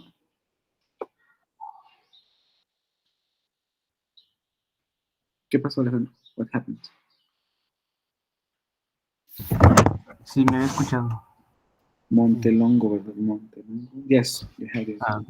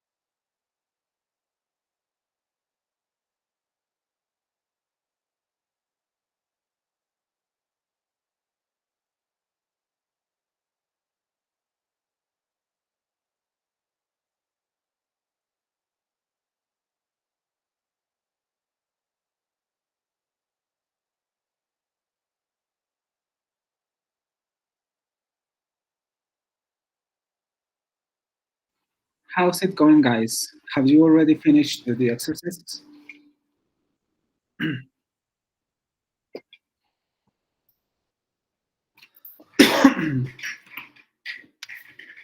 Have you have you already finished, guys, or not? No? Happy. Okay. Let's give you a couple of minutes.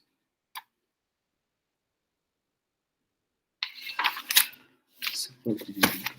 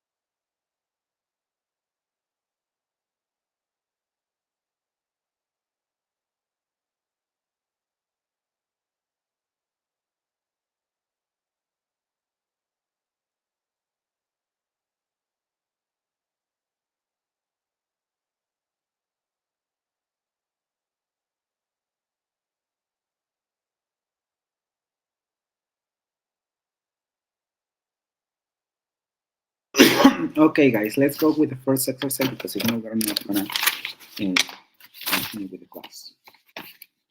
So, this one. Okay, Villegas, Pineda, Nisa, Paola.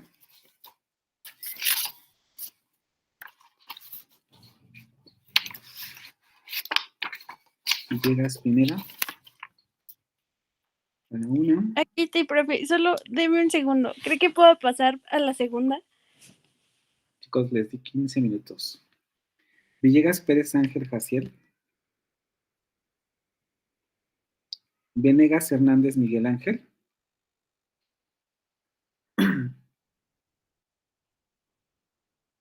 Venegas, Hernández, Miguel Ángel. No, I cannot hear you. Velázquez, Rodríguez, Luis Enrique.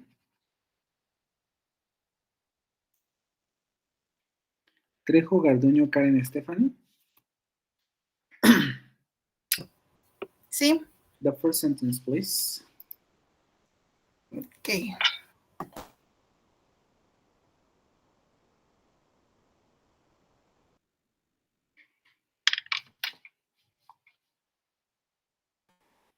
In theory, you have already answered the exercise, so I don't know why you are.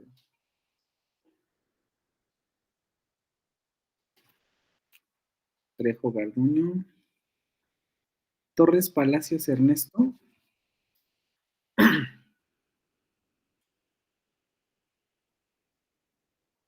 Torres, Palacios, Ernesto. A la 1. A las 2. A las 3. Torres, ¿Puedo Palacios. decir la tercera? I want to take off the attendance. Torres, Castro, Blas. Yes, First sentence, please. I really like my old apartment. Before it was no, I think it's because I didn't that question. Okay, I really like my old apartment because it was small and poorly lit. Okay, but if you translate this sentence like this, what is the meaning of this sentence? I mean, you can translate it. ¿Cómo la traducirías al español? Así como me lo estás diciendo. Bueno, diría porque es pequeña y o sea, dice, yo, a mí realmente me gusta mi apartamento porque es pequeño y creo que es sucio, ¿no? Wow, creo. Do you find out what is lit? No. What is lit, guys? Iluminado. O sea, que está mal Iluminado. iluminado. Pues. Ajá. Entonces, a mí realmente me gustaba mi viejo apartamento porque era pequeño y poco iluminado, o pobremente iluminado. Even though it was small and poorly lit. Even though. Or although. More easier, sorry. Although, or even though, all that kind of things, okay? Be very careful with the meaning, guys. If you don't use the dictionary, you are gonna make these mistakes a lot. The dictionary is very important for everything that is related with languages, even in Spanish. I don't know all the words in Spanish. I don't even know all the words in English. So you have to get used to use the dictionary because if not, you're not going to get anywhere. Okay. El diccionario es muy importante. Ni siquiera en español sabemos todas las palabras. A veces tenemos que ir al diccionario a buscar qué significa una palabra en español. Entonces, imagínense en inglés. Por favor, usen el diccionario, ¿vale? Suárez Medina Daniela. Yes. The second one, please. Of course. It says you must buy a ticket.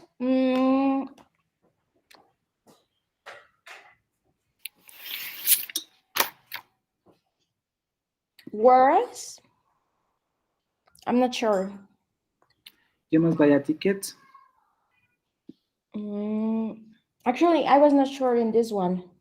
But what conjunction did you use? Whereas.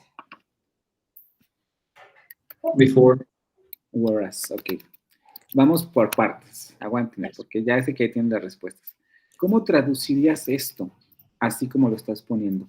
Debes de comprar un boleto.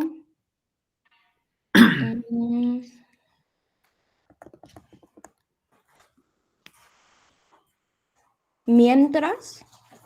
Whereas es mientras. Mientras, it could be like that, but it's more like but or compared with something. Whereas, mientras. Ok, mientras qué. No, entonces no está, it's not correct. Mientras tú puedes caminar. Ajá, exacto. Sí, no, it's not español correct. tampoco hace sentido. Yes. Vamos con la preposición que había hecho tu compañero. ¿Quién me habló por ahí? Who was talking? Yo, Ernesto. Before. Ernesto. Before, exactly. Before. You must buy a ticket before you can walk into the theater and watch a movie. Very good. Before. I have to go like in 10 minutes. I have to go about 10 minutes to go check baggage. So. Okay. Okay, thanks. Silis Escobedo, number 3.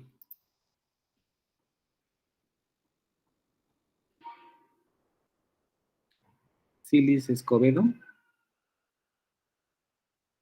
A la 1. Silis Escobedo a las 2. Silis Escobedo a las 3. Ok, Sánchez. Rangel Licia Geraldine. He's having problems with the light. Okay. Ramos de la Mora Maximiliano. Now. Ramos de la Mora. Yes, the third one, please. Okay. She will have to wait until the nurse calls her name to see the doctor. Very good. Could you translate the sentence, please? She will have to wait until. Va a. No, tiene que esperar. ¿No tiene? No. Tiene que esperar. Ajá. Until, mientras. Until. It's until. Yes. It's. mm, Okay, she will have to wait. Ella hasta. tiene. Ajá. She will have to. Ella tiene que esperar. Okay, ella tiene hasta. in Spanish is present tense. Ella tiene que esperar, present tense. Do we have here present tense? Have to. Will have. What is this? Present or what? No, will. Have. Futuro. Futuro. Entonces. Ella va a esperar hasta the nurse, hasta que la enfermera le diga que pase a ver al doctor. Ok. Le llame a ver al doctor. Hasta que le llame a ver al doctor. Muy bien. Ramos, ¿verdad? Sí. Montelongo Velázquez, Daniel. Aquí, profe. The fourth one. What?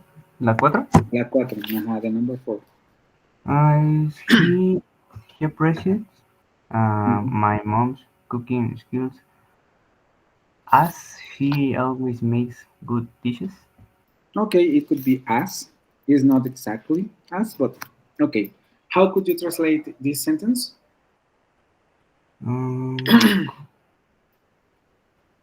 Sería...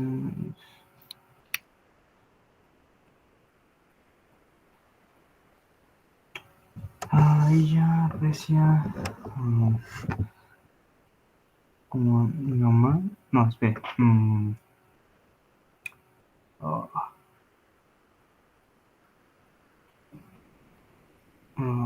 sé. He appreciates my mom's cooking skills. A ver, sería ¿él aprecia? ¿Él aprecia? Skills es como habilidades, ¿no? Habilidades, ajá. Sería como ella aprecia las habilidades en... Cooking. What is cooking? Las habilidades de cocinar. Ok, las habilidades culinarias en español. Ajá. ¿De quién? Ok, culinaria, de mi madre, ¿no? En este caso. Ajá. Ajá.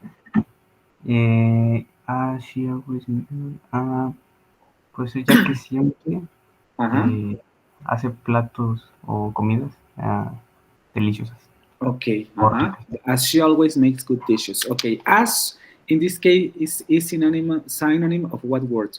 As. Maximiliano.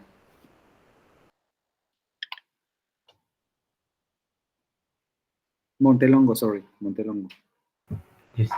As is a synonym of what word? As. An easiest word for this kind of purpose is, or in another words, you can substitute this word for another conjunction. With what other conjunction you can substitute this word for?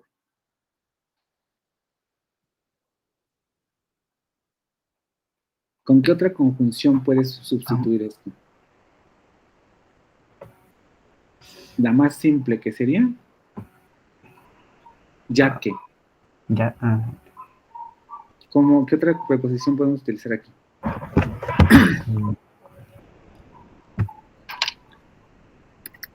Because. Because she always makes good dishes. Okay, so we have here as or because, whatever you want. Meritzel Alvarado.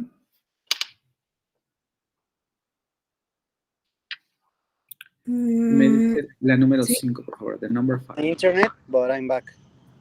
Yes, yes. They used to be friends. No sé si esté bien, pero puse until they had an argument. They used to be friends until they had an argument. Okay, it can be until. What other preposition you can use here? How do you translate this sentence, Meritzel? I have a question for you. Meritzel is a last name? No, es mi, bueno, sí. Is mi your segundo name? nombre. Mi segundo nombre es Okay, and your first name? Aileen. So you only have one last name, Alvarado? No, tengo dos. Alvarado Lanís. Ah, I don't have your second last name here. Aileen Meritzel Alvarado what? Alanís. Alanis. Okay, name and name. Okay. Okay, Aileen. So how do you translate the sentence? Sería como ellos solían ser amigos hasta que tuvieron como una discusión. No sé. Hasta que tuvieron una discusión. Muy bien. Or they used to be friends before they had an argument. Antes de que fueran amigos, you can use that preposition conjunction too. Very good, Aileen. Let's go with Martínez Dimas.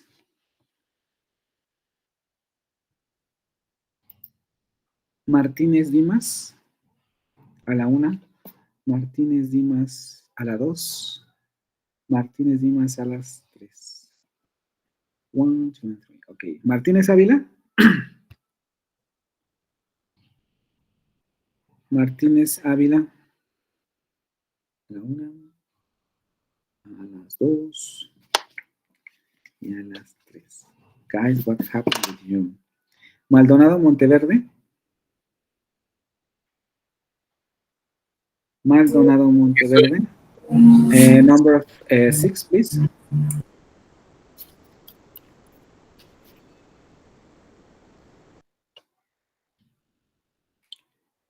Maldonado Monteverde. Voy, profe.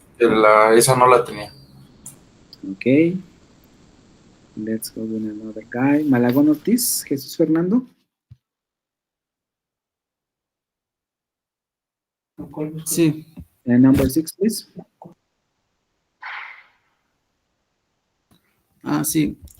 Let's make a cake. You mix the sugar while I beat the eggs. Muy bien. Could you translate the sentence, please? Sí, quedaría como, vamos a hacer un pastel, tú mezclas el azúcar mientras yo parto los huevos. Okay. Beat. What does beat means in this case? Bueno, sería como revolver o algo así. Revolver. Very good. Luna Becerril. Here. Number 7, please. They cannot cross the river because they don't have a boat. Because they don't have a boat. Very good.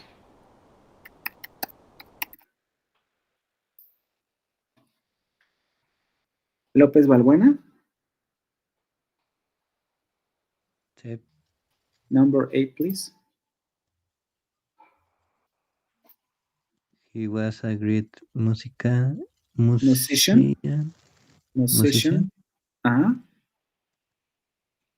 Although he was party there. Exactly, very good. The translation would be? Él fue un gran músico, a pesar de ser... Say what? Partly deaf. What is deaf?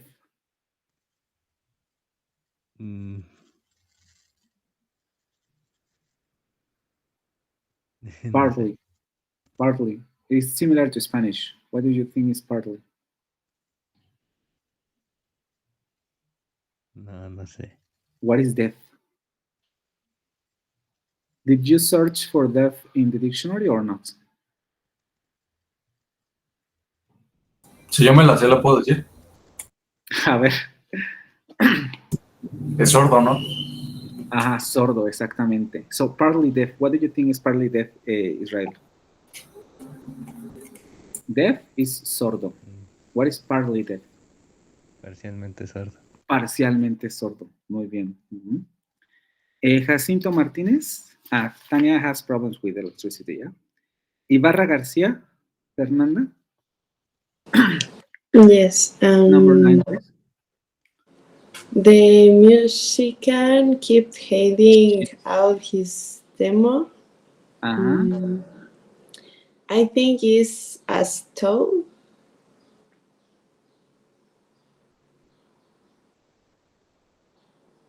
Do you mean this one?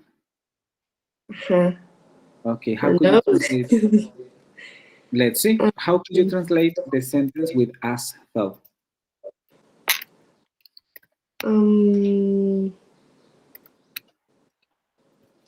Bueno, es que no sé muy bien. Según yo, la traducción de la oración es como el músico siguió repartiendo su demo y... As. Ajá. What is as though? Como si... Ok. Sí, ¿no? Es el de como si... Ajá. El músico siguió repartiendo su demo como si... Oh, no. Entonces, so, if it is not as though, what would be the correct conjunction in this case?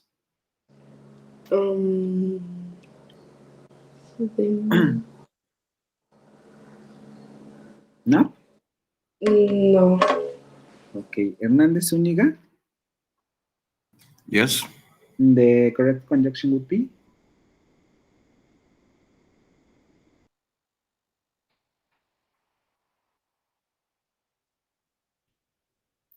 Which would be the correct Maybe until? Until, very good. So the translation would be? I don't know. El músico mantuvo su demo hasta que finalmente firmó con un productor musical. Music label, sorry. What does that mean, music label? No productor musical. What is label? Pues como la disquera, ¿no? La disquera, una marca musical. Recuerden que el label es etiqueta. Ajá. Entonces, la music label, una disquera, una marca de música. Let's go with Enciso Martínez. Yes, I'm here. Number 10, please. De hecho, justo no tengo la 10 y la 11. Guys, Está ahí, cabe. Let's go with Arriola Montero, Julio Alejandro. Yes. Number 10. She must be rich. Espera. Until she wears a lot of expensive jewelry. Translate the sentence with this preposition, with this conjunction, sorry. Ella será rica.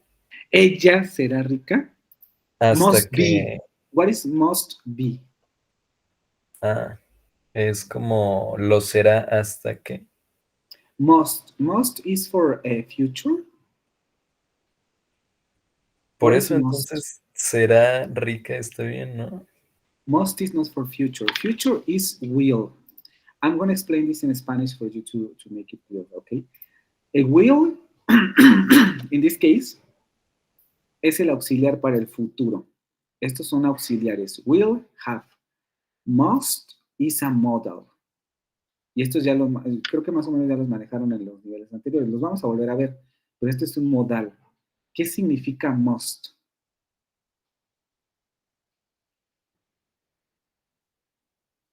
Puede Must. o...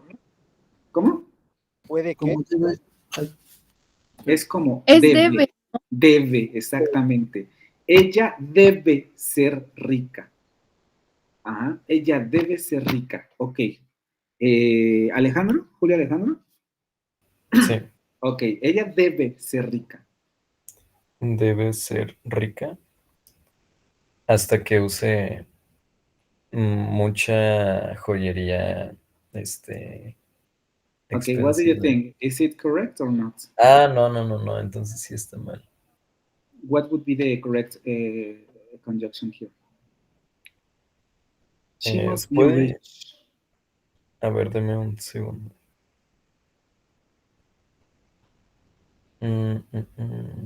Es que había otra en la lista que tenía, pero no recuerdo cuál era. Okay, let's go for another of your classmates. Aguilar Baltasar? I'm back, teacher. So thank you for the time you gave me. I can hear you. What did you say? I said thank you for the time that I'm back. Don't worry, it's okay. Okay, Frida? Sí, aquí estoy. Okay, number 10. What would be the correct conjunction in this case? Because. She must be rich because she wears a lot of expensive jewelry. Okay, it is the simple one. Could you translate the sentence, please? Ella debe ser rica porque está usando mucha joyería cara. Okay, very good. Okay, it could be because is the easiest of the conjunctions in this case. But what other conjunction do you think we can use in this case, Aguilar? Because it's okay. But what other conjunction you can use in this case? Frida. She must be rich because she wears a lot of expensive jewelry. A ver, déjeme ver. Which other?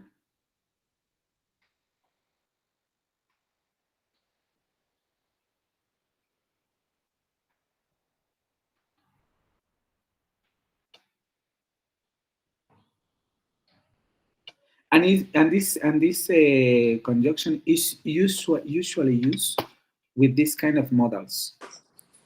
También podría ser if. She must be rich.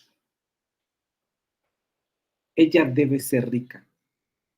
En español, ¿cómo diríamos? Ella debe ser rica. Porque está bien, pero ¿qué otro tipo de conjunción ocuparíamos en español? Ella debe ser rica. Since. The other conjunction would be since, ya que. And in this case, it is more suitable with since. Must be rich since she wears a lot of expensive jewelry. Okay?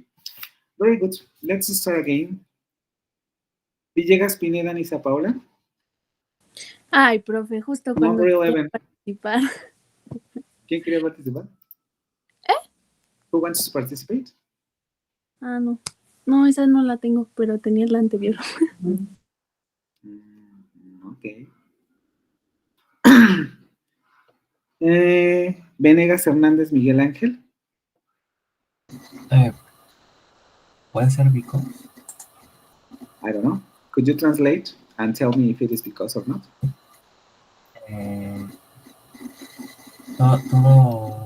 Todos quieren a Sofía porque ella es generosa y amable. Okay, very good. Entonces, it is or it is not because? Yo digo que yes, it is because, okay. Very good. Let's go with the next one. Trejo Garduño.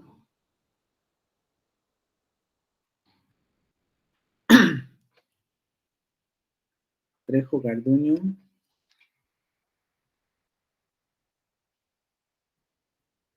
A la una. Trejo Garduño a las dos. Trejo Garduño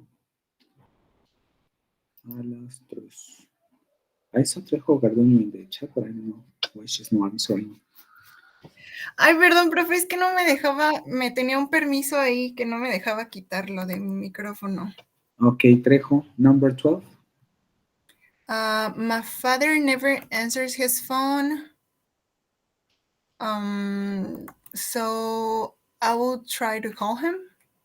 Okay, but in this case, so is a coordinating conjunction or a subordinating conjunction. So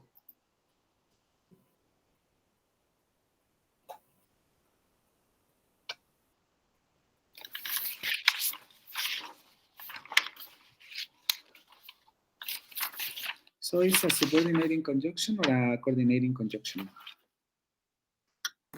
No sé. It is a coordinating conjunction, okay? So we need here a subordinating conjunction. Torres Palacios.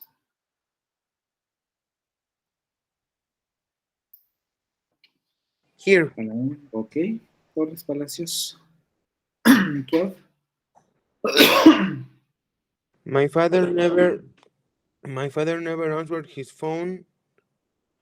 but I will try to call him. Okay, but coordinating conjunction or subordinating conjunction? But. Subordinary. Coordinating. Coordinating conjunction. And we need here a subordinating conjunction. Okay, so but and so are not good options. Let's go Torres Castro. This is difficult, I know, but we can do that. We can do it. Subordinating conjunction. Torres Castro, pardon. Yes. My father never answered his phones. I think it's unless. Unless I will try to call him. A ver, could you translate? Mi papá nunca contesta su teléfono a menos que yo trate de llamarlo. Okay, but in this case is trate.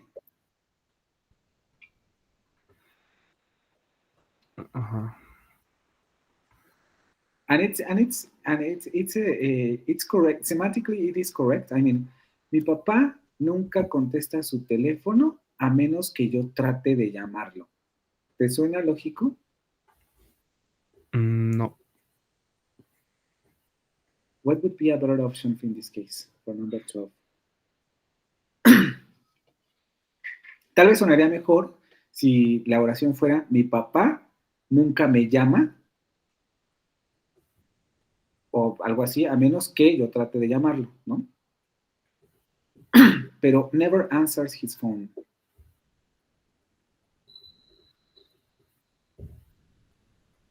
This is difficult, I know. Suárez Medina? Yes. What do you think is the correct answer here? I think it will be when. When, exactly. Very good. When or whenever. When or whenever. When I will try to call him or whenever I will try to call him. Okay? Very good. Let's go with number 13. Sanchez Marquez. Yes, I'm here. Okay, let's go. Fortunately, the tennis tournament was over It's an easy one. before the cold weather began. Before the cold weather began. Very good. So, could you translate the sentence, please? Afortunadamente, el torneo de tenis empezó antes de que Was over. Antes de que el clima. Was perdón, terminó over. antes de que el clima. Perdón, terminó antes de que el clima frío empezara. Muy bien. Terminó antes de que el frío, de que el tiempo frío empezara. Something like that. Very good. Number 14, Rangel Licea. Mr. Sorry, I have a question on the 12. Okay. Because, I don't know, it doesn't make sense for me. So, you can explain. It's for you. Yes. Because I say, like, my father never answers his phone when I try to call him. We never use when I will try to call him. Well, in this case, it's just an structure. When you have never, you use this kind of a structure. But you can also say, try to call him. It is not a problem. Okay, you can say, I try to call him, or I will try to call him. And in fact, usually it's better to say, I try to call him. This is a very formal structure, and it is not, that's why it's difficult. Okay. Porque, siento que suena diferente en español, como mi papá nunca contesta mi teléfono cuando yo trataré de llamarlo. Yes, it's horrible also in Spanish. So I agree with my classmate. I think it will be although. My father never answered his phone, although I will try to call him. Because in Spanish you say, a pesar de eso, o sea, lo llamaré, o sea, it will be more correct. My father never answers his phone, although I will try to call him. It's the same, aunque yo trataré de llamarlo. Mi padre nunca responde su teléfono, aunque yo trataré de llamarlo. Y por ejemplo, no podremos usar even though. Even though I will try. The problem is not the conjunction, guys. The problem, as your classmates say, is will. Is the future tense. The problem is not the conjunction, it's the future tense. In this case, I know this is very rare, so we are not gonna argue with this because this is a grammar thing. But the usual thing to say here is I try to call him. So the problem is not the conjunction, is the tense of the verb. So yes, you can say that. That's why it's kind of complicated in this case.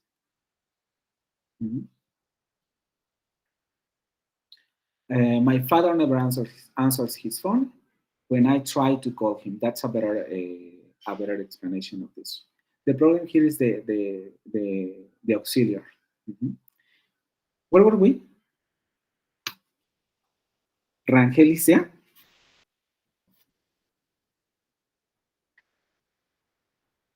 Number 14. Ramos de la Mora. ¿Mande? Ramos de la Mora, number 14.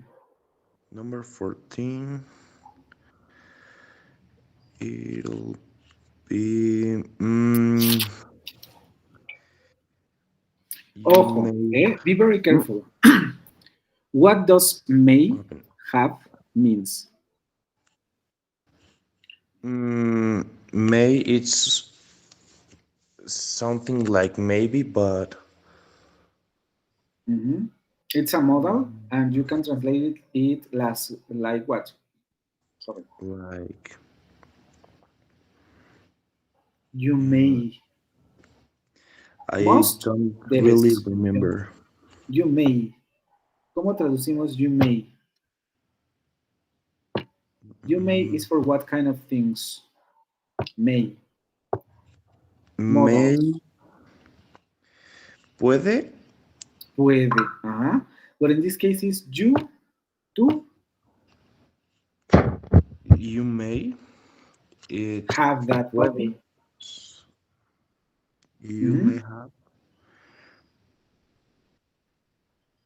Puedes tener ese perro. Ese cachorro, in this case puppy. Chucho. Then.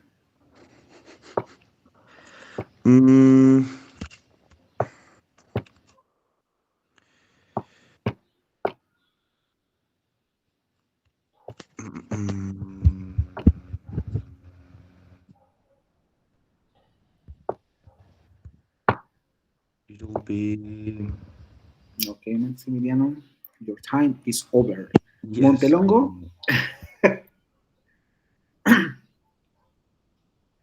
Montelongo, Velázquez. Sí, profe. Number 14.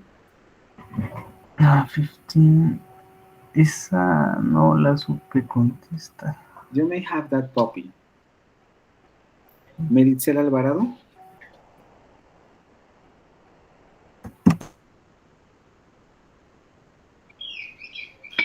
Meritzel Alvarado. Sí. Number 14. 15. 14. Ok. La verdad no sé, profe. You may have that puppy. Martínez Dimas. Presente. Okay, number 14.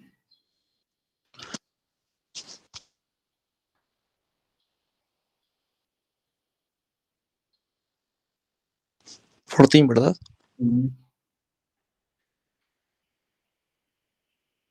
You may have that puppy.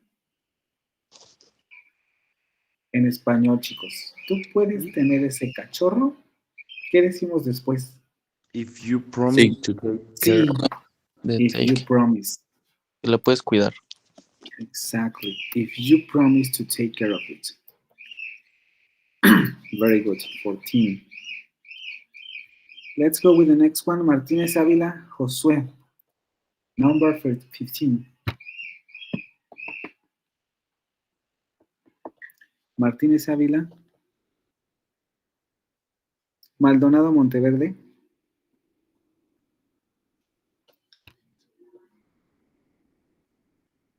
Aquí estoy. Number 15, please.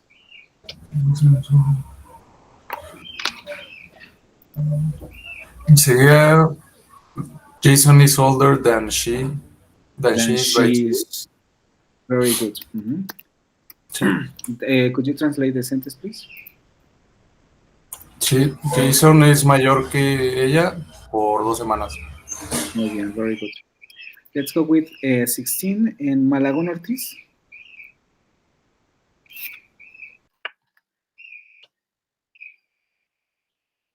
Malagón. Bueno, sí, aquí estoy. Es que aún no lo hago, pero... What? 16.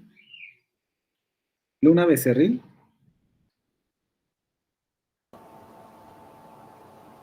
I'll finish cleaning the dishes when the news is over. Okay, when the news is over. But you can also say what other conjunction you can use here. Until? Until, okay. Could you translate? Terminaré de limpiar los platos hasta que las noticias terminen. Terminen, exactamente. Cuando las noticias terminen en el caso de tu oración. Okay. López Balbuena, 17.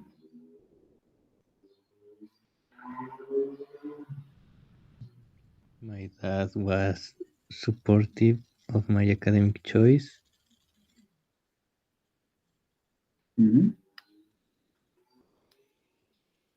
Remember, subordinating conjunctions, not coordinating conjunctions. My dad was supportive of my academic choices. He had reservations.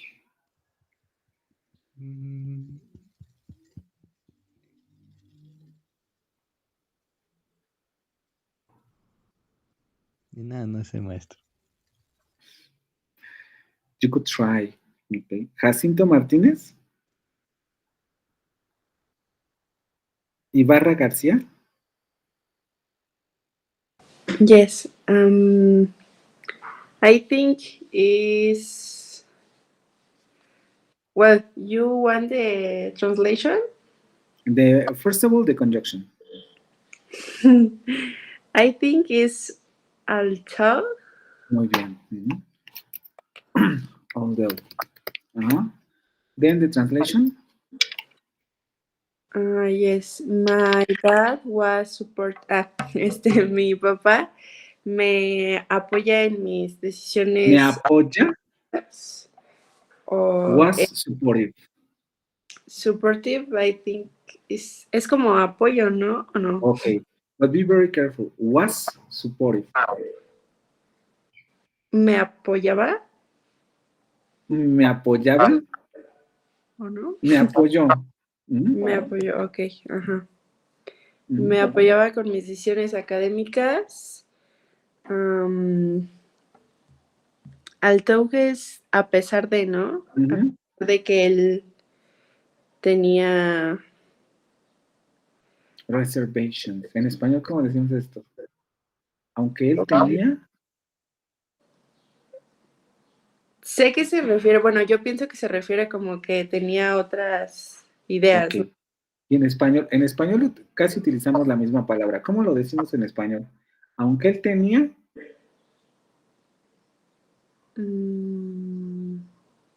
No sé. Aquí no solo me doy cuenta del nivel de inglés, sino del nivel de español. Aunque él tenía...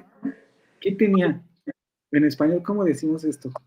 He had reservations. Although he had reservations. Aunque él tenía sus...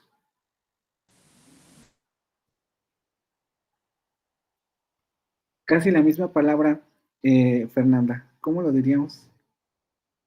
Es que hace ratito sí me la sabía, se lo prometo. Aunque él tenía sus reservas. Ajá. Sí. Chicos, español, ajá. Mi papá fue, o me apoyó en mis decisiones académicas, aunque él tenía sus reservas, ¿vale?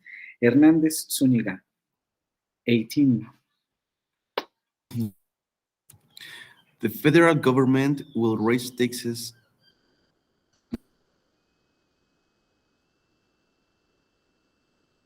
No entiendo la siguiente parte de la oración. Okay. Why not? No sé qué es budget cuts. Buscamos. We can search what is budget cuts. What is budget cuts? What do you think is budget cuts according to the context? The federal government will raise taxes. What is taxes? Como impuestos. Impuestos. So we are in this context. What is budget cuts can save enough money? ¿Qué hace el gobierno cuando necesita dinero? Incrementa los impuestos. Los impuestos. ¿Pero qué otra estrategia puede hacer? ¿Incrementar impuestos o cortar qué? Budget cuts. Cortar. ¿Presupuesto? Cortar presupuesto. Ajá. The federal government will raise taxes. So, Adrián.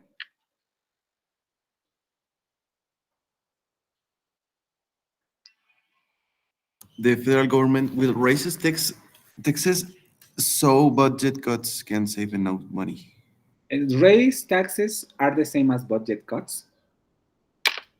And first of all, so, is a coordinating conjunction or a subordinating conjunction? So.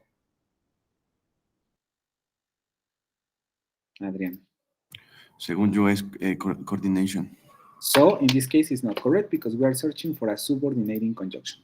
So, translate, first of all, translate the sentences.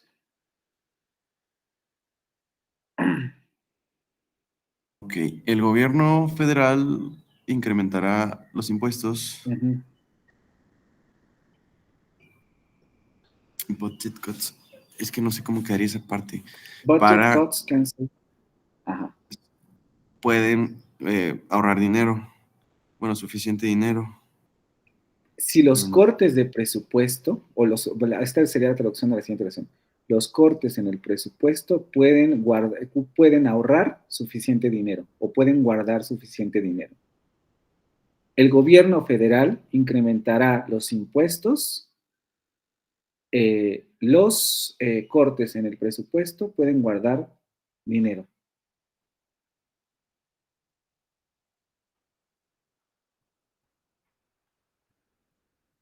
Lo primero que suelen hacer los gobiernos es cortar el presupuesto.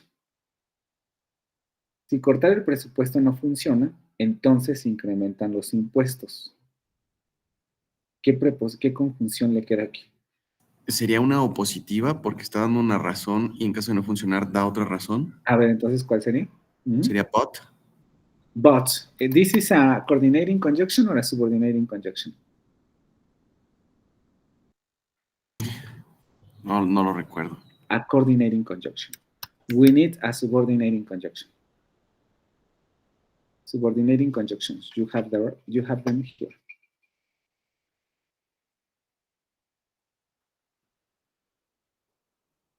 Someone else who knows the answer? The federal government will raise taxes.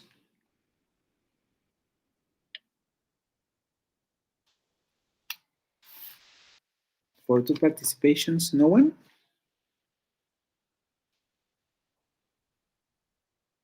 Enciso Martínez? Podría ser unless. Unless, very good. Exactly, unless. The federal government will raise taxes unless budget cuts can save enough money. So how could we translate this sentence, Adrián? El gobierno federal incrementará los impuestos a pesar de cortar. Unless. A pesar de que los Unless cortes is not a pesar. pueden ahorrar dinero. ¿Cómo? Unless is not a pesar. Although is a pesar. Unless.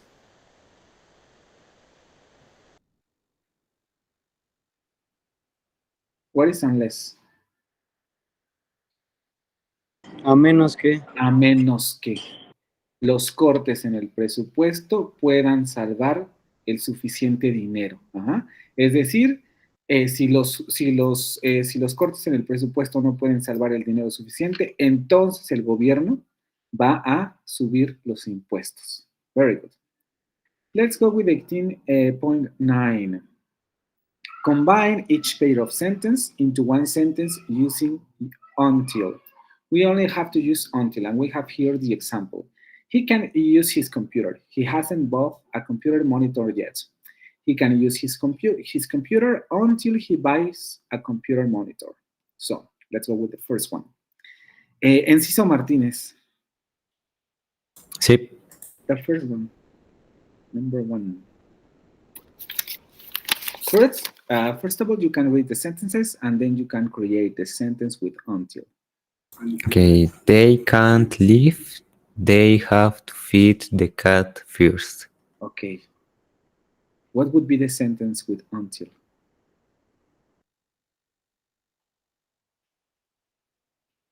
Look at the example and create a sentence.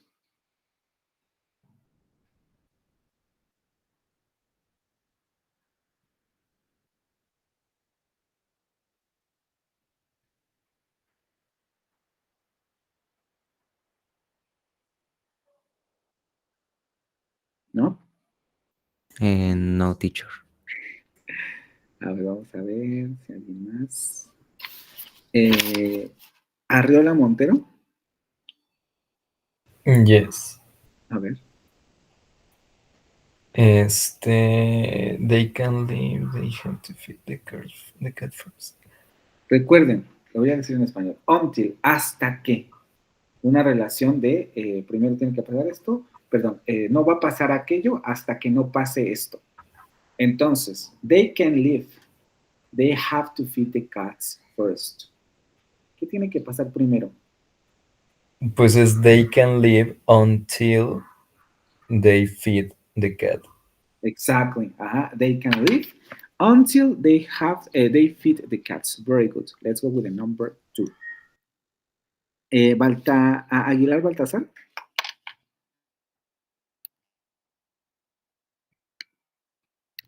Aguilar Baltasar.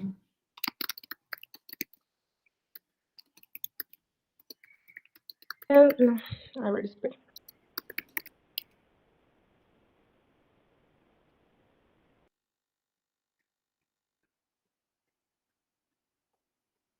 Tell me the truth. I'm not going to leave this room. Ok, Aguilar. Sería, I am not going to leave this room until you tell me the truth. Exactly. I'm not going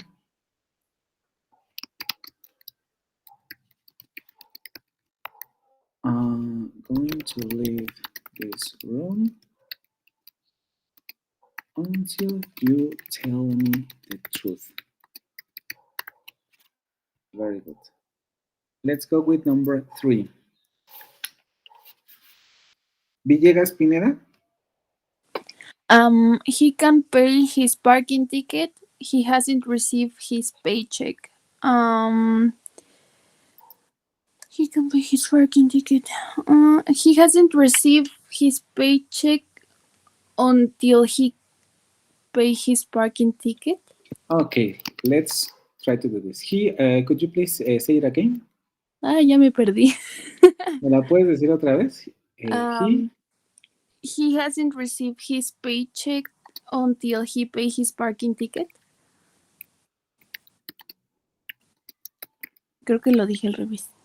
Exactly. So, how would be He the can correct? pay his parking ticket until he receive his paycheck. Very good. He can pay His parking ticket until he receive his paycheck.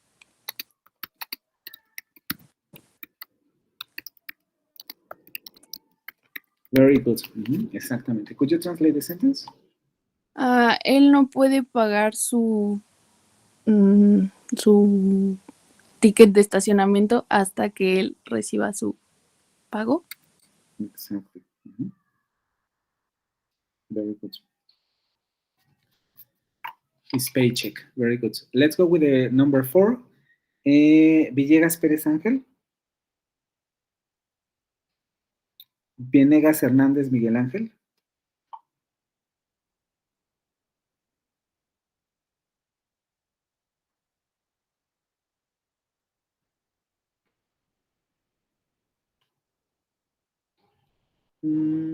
Velázquez Rodríguez Luis Enrique.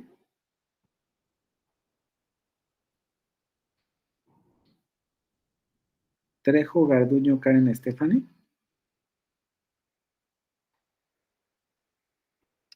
Yes. Number 4.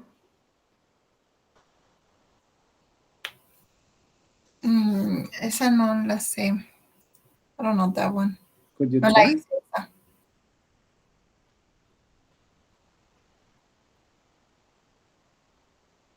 Torres Castro.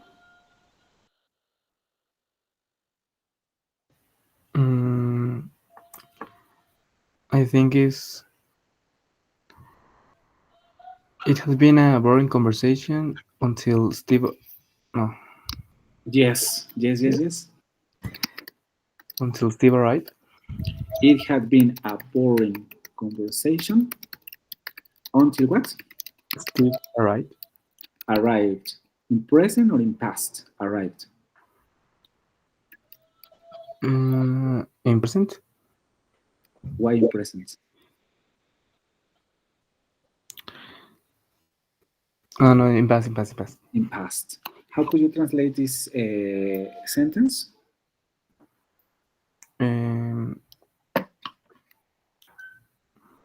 Estaba haciendo una conversación aburrida hasta que Steve llegó. Ok, ¿otra vez? Estaba haciendo una conversación. Estaba haciendo. It had been.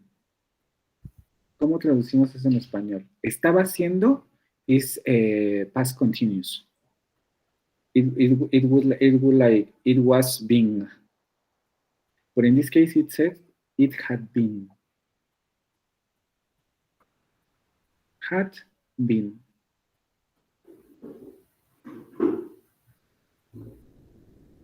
What is had been? ¿Cómo traducimos had been? ¿Es como había estado? Había estado. En este caso sería había sido, ¿ok? Había sido. Ahora sí, Manuel. La conversación había sido aburrida hasta que Steve llegó. Steve llegó, ajá. That's why we use past. Because this is also past. Había sido una conversación aburrida hasta que Steve llegó. Very good. Let's go with number 5. Suárez Medina. Yes. When I go to bed at night, I like to read until I get sleepy.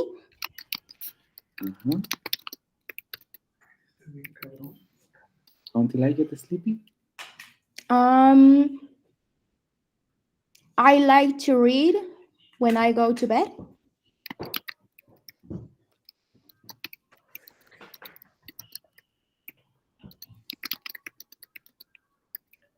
Could you translate and tell me if it is correct?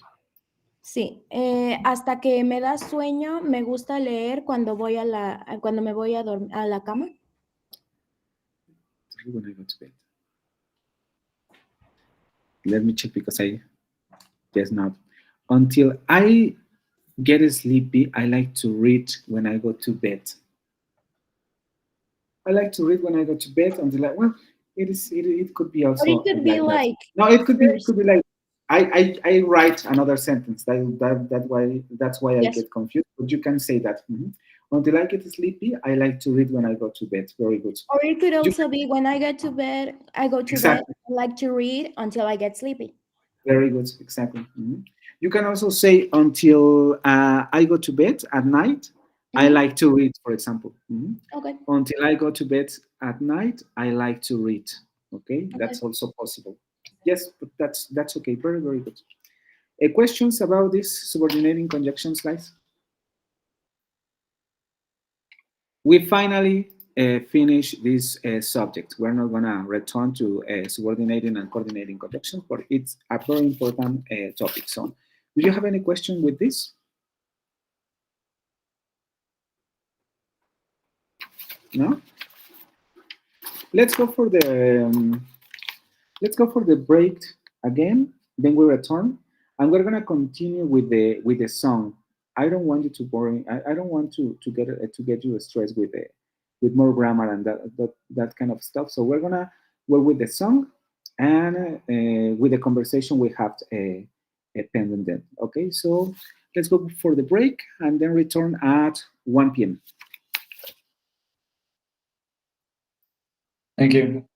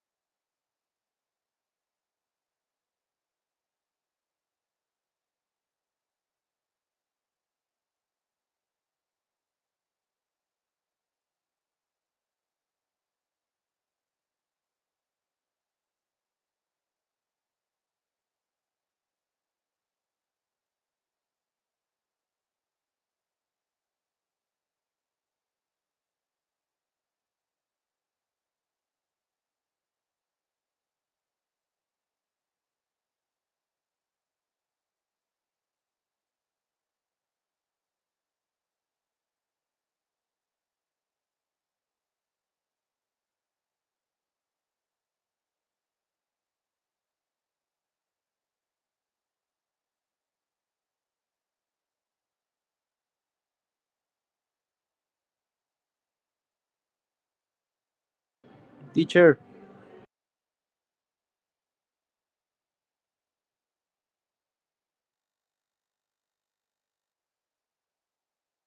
Yes, I'm back, guys. La hora pasada se me fue. Bueno, es que me cambié de mi compu a mi teléfono. Sí. Y después, cuando estaba pasando las participaciones, como que me saltó. Quería ver si me puso falta o algo, porque luego que me volví a conectar, sí le dije que se me había ido tantito el internet. Ya. Nada más quería ver si me puso falta o algo, porque ahí está, Sí. de hecho, si la clase está grabada, ahí está que nada más me salí como 1 minuto o 2 y ya me volví a meter. Ok, sí. Ya te la regresé, ¿vale? Va, gracias. Vamos con la lista otra vez. Aguilar Baltasar. Presente. Ahumada Gagiola. Arreola Montero.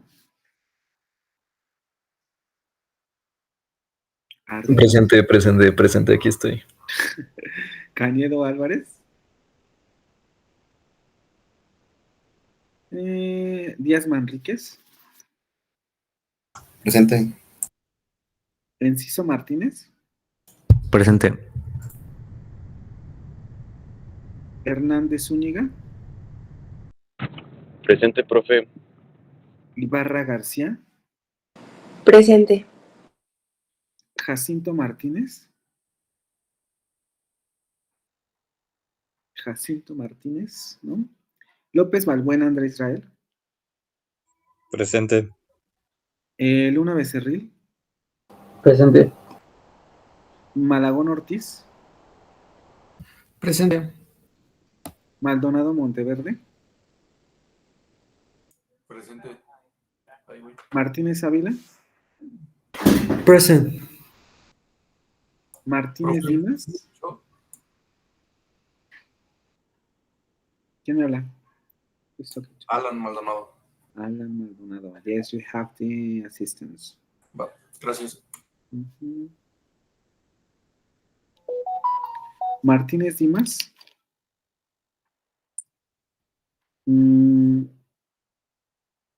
Meritzel Alvarado. Presente. Montelongo Velázquez. Presente. Montelongo Velázquez. Ramos de la Mora. Ramos de la Mora.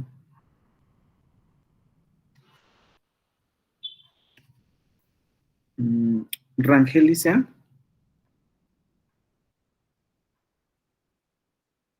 Sánchez Márquez Ernesto. Presente.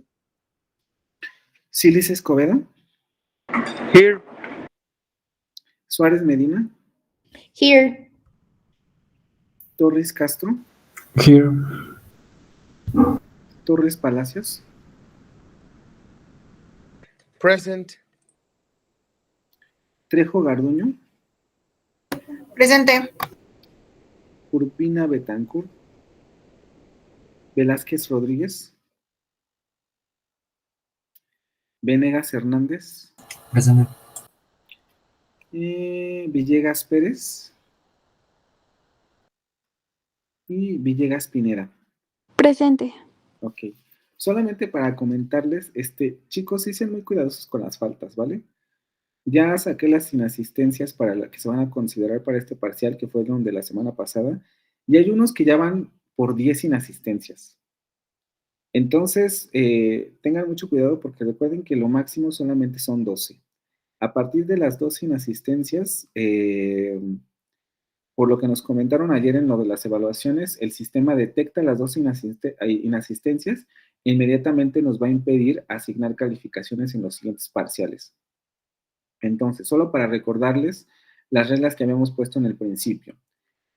Que ustedes pasen lista al principio no implica que se van a quedar con la asistencia. Si yo les hablo para participar y ustedes por lo menos no me contestan aquí estoy, o por ejemplo, no como hace un rato, esa no la hice. Ok, yo sé que a lo mejor no hicieron ni siquiera todo el ejercicio o cosas por el estilo, pero ya me contestaron, no les quito la asistencia, pero si ni siquiera me contestan, se quedan sin la asistencia, ¿vale? Entonces, cuidado porque varios de ustedes ya van por las 9, 8, 7 inasistencias y solamente se pueden tener 12. y llevamos 2 clases. Bueno, con este ya 3, pero solamente son 3 clases y ya prácticamente algunos quemaron todas las asistencias. Entonces, cuidado con eso, vean, o sea, les voy a mandar cuando les mande la calificación las inasistencias que tengan y ustedes ya verán si tienen manera de justificarlas, si tienen manera de que se las pueda yo quitar, porque si llegan a las 12, el sistema va a bloquear la posibilidad de asignar descalificación, ¿vale? ¿La mano, Julio? Sí, esta semana ya nos va a hacer llegar las Sí, calificaciones. con las si no inasistencias. mal recuerdo, por el lunes o martes ya les voy a estar haciendo llegar el correo con la calificación del primer parcial. Ok. ¿Qué es lo que van a contar? Va a contar, obviamente, el examen que acaban de hacer, las 4 actividades que llevamos, que eran, déjenme revisar.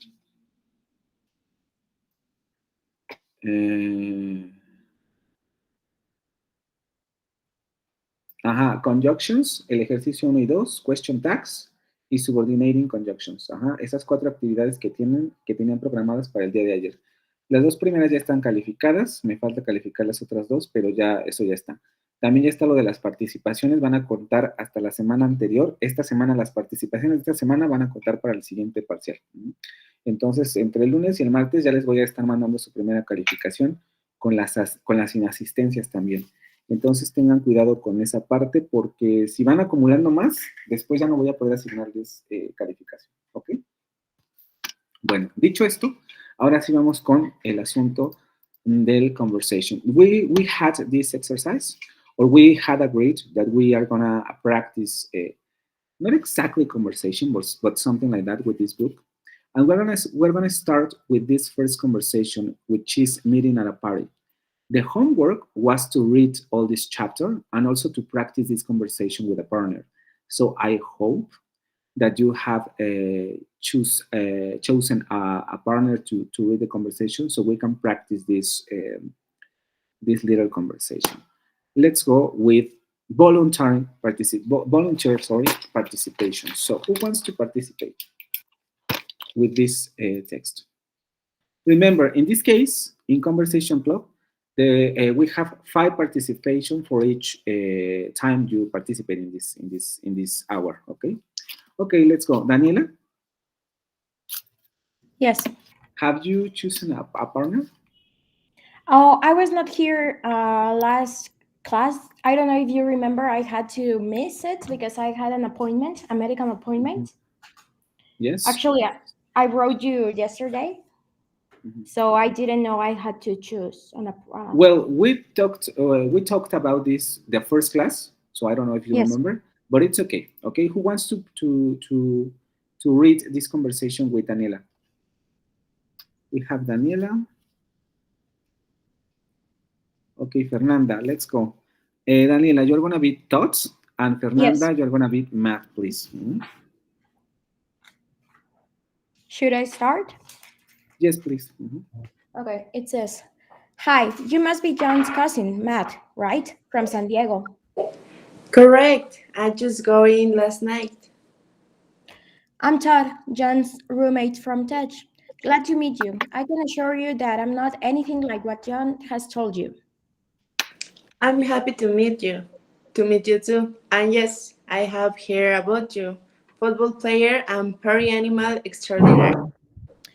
Football, yes. And as a matter of fact, I do like parties. But tell me more about yourself and what you do in San Diego. Well, I'm more of a surfer than a football player. You know, San Diego has a fantastic coast and we can surf all day and then party on the beach at night. That sounds awesome. How long are you staying? Well, I'll be here for 2 weeks. John has promised me a non-stop schedule, kind of a mix of sightseeing, meeting his friend, checking. Sorry. Just let me. Checking out the local scene and hopefully camping in the mountains for a couple of days. John's a good guy, and you can be sure he knows the local scene. He knows everybody in town. I'm sure he'll show you a good time, and his friends are here to help. Thanks so much. I really appreciate that. I'm still a bit jet lagged at the moment, but shall be in a good shape by tomorrow. I'm looking forward to hearing what John has in store for me. Don't worry, we'll take good care of you. And don't be surprised if we show up on your doorstep in San Diego one day, ready for surfing. Very good. Daniela, you have a really good pronunciation in this case, okay? Thank you. Ibarra, we have some problems with these words. Of course, another one, but I wasn't, I didn't underline it. But we have problems with these words. So can you repeat? Sizing. Well, with this one What? here. I'll be here. I'll be here for 2 weeks. John? John has promised me a Promised me. Promised me. Promised. Promised. Remember that we have here a past tense. Well, no, this is not a past tense. It's past participle. Promised with a T at the end. Promised. Promised me a non-stop schedule. It's kind of difficult, I know, but you have to try to do that sound. Promised me. Okay. Again. John has promised me, and I really appreciate that. Appreciate. Okay. Appreciate that. Okay, you're gonna repeat the conversation, please, and try to do it slowly. You have to understand what you're reading, and also you have to be very careful with the pronunciation. So please try to do it slowly so you can read it properly. Okay. Again, Daniela, but we're gonna switch. Okay. Daniela is gonna be Matt, and Ibarra Fernanda is gonna be Todd. Let's start.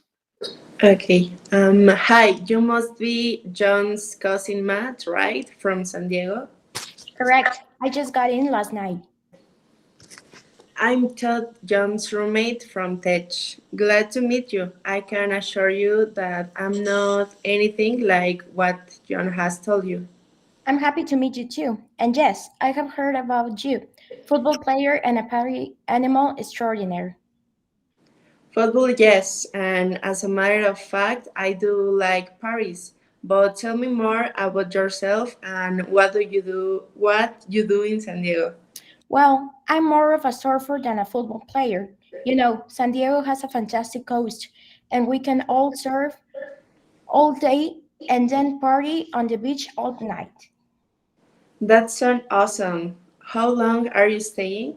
Well, I'll be here for 2 weeks. John has promised me a non-stop schedule, kind of a mix of sightseeing, meeting his friends, checking out the local scene, and hopefully camping in the mountains for a couple of days.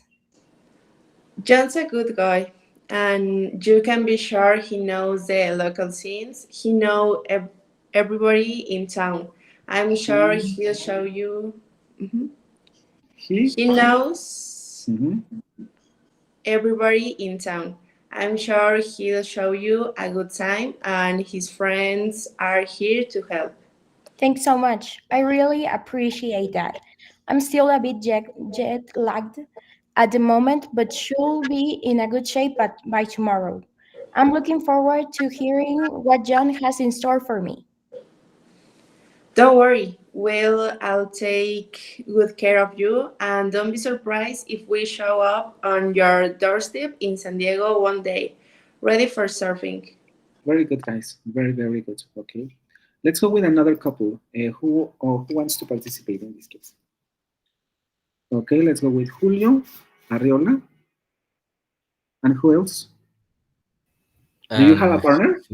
Yes, it's Jesus. Okay, who is Jesus.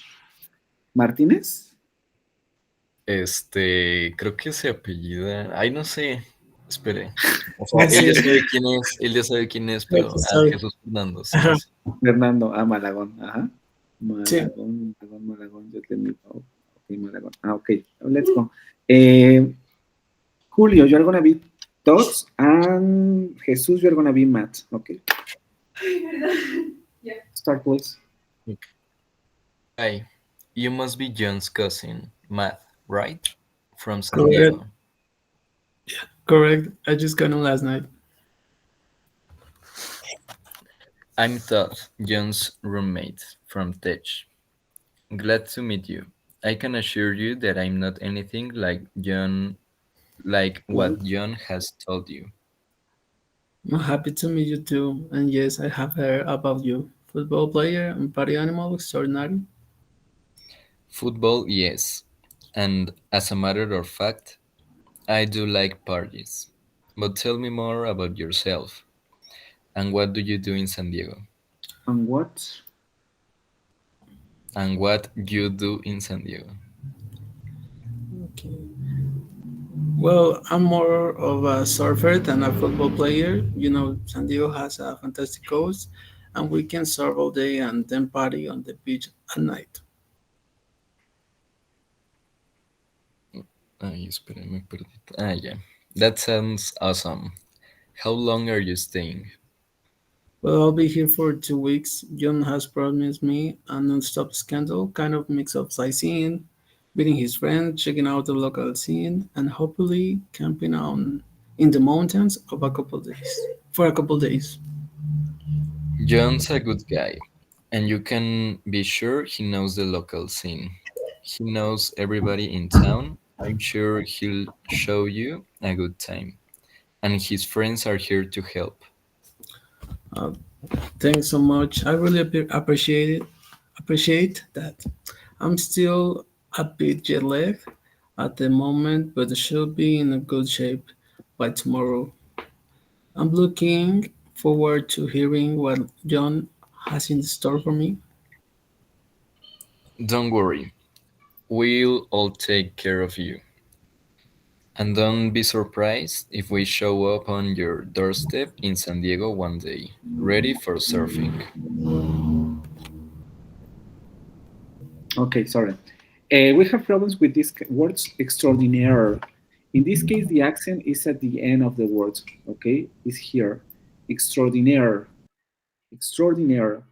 Also with this word, schedule. Schedule. Schedule and yet lacked. It's the same as promised, yet lacked.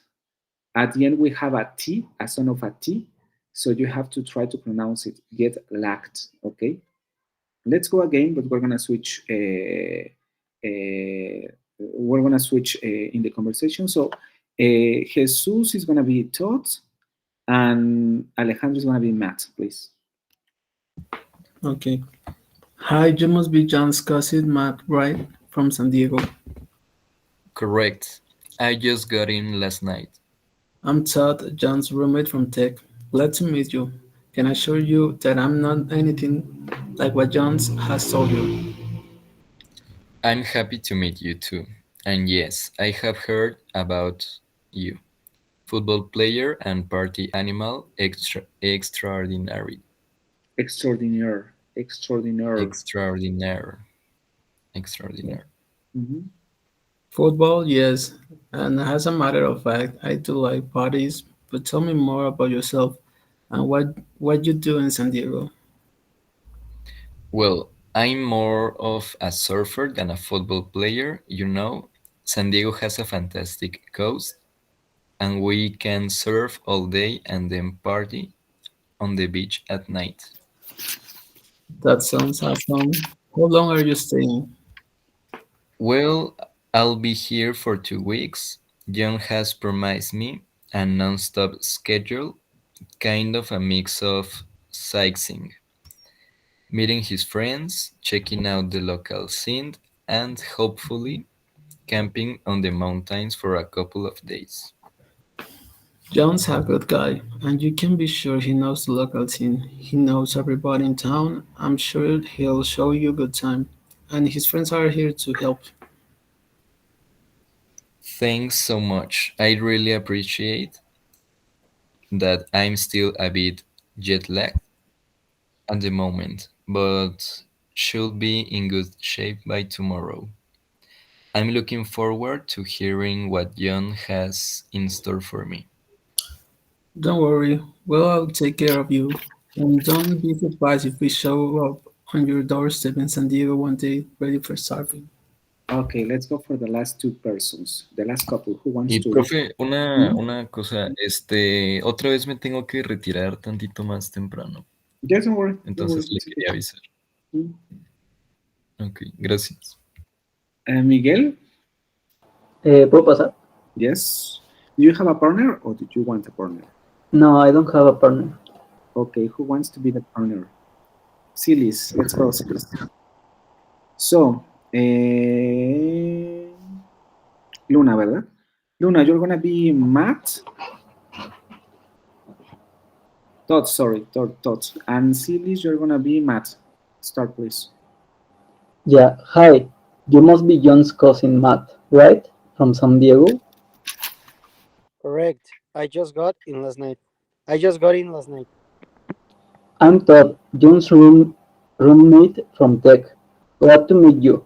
I can assure you that I'm not anything like what John has told you. I'm happy to meet you too. And yes, I have heard about you. Football player and party animal extraordinaire. Football, yes. And as a matter of fact, I do like Paris. But tell me more about yourself and what you do in San Diego. Well, I'm more of a surfer than a football player. You know, San Diego has a fantastic coast, and we can surf all day and then party on the beach at night. That sounds awesome. How long are you staying? Well, I'll be here for 2 weeks. John has promised me non-stop schedule, kind of a mix of sightseeing, meeting his friends, checking out the local scene, and hopefully camping in the mountains for a couple of days.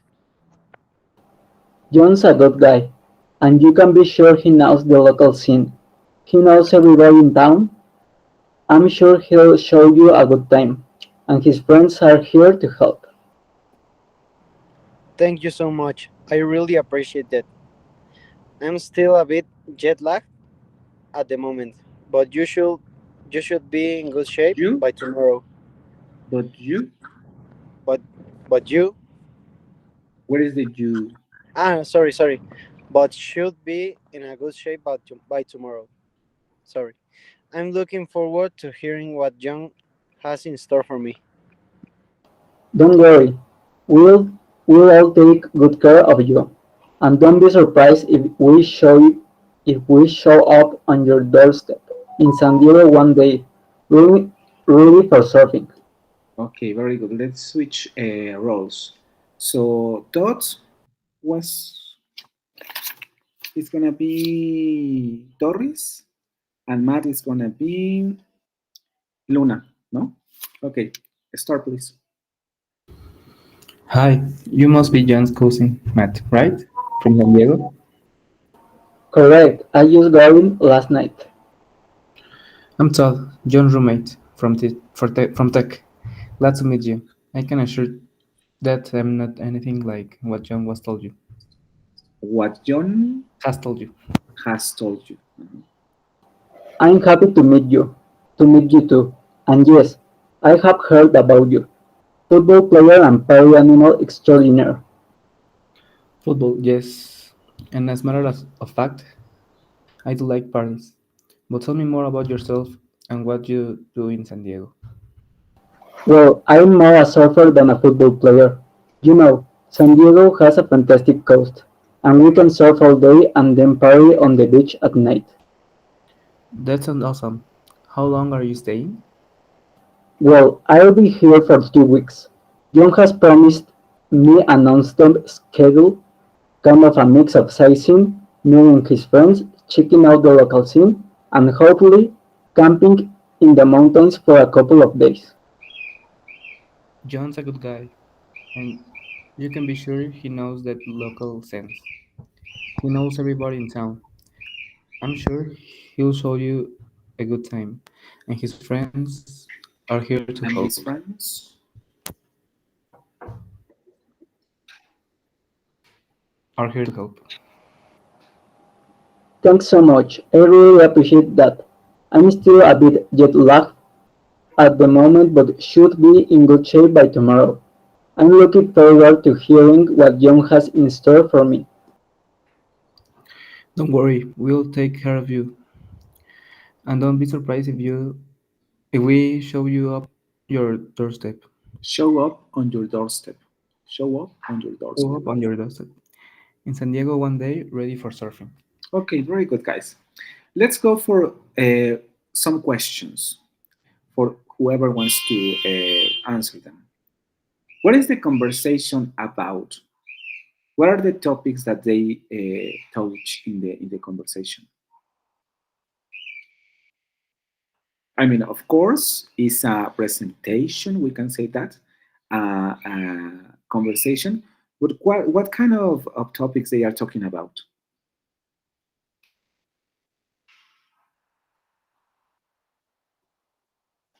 Because it's okay to reading, but we're gonna try to understand it. What are the topics in the conversation?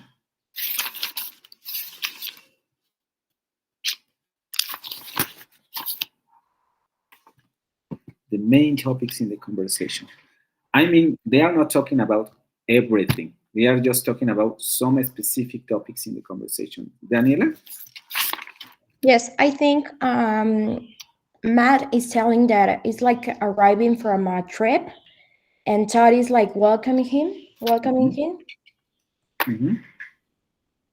And they're talking especially about, I think, a cousin.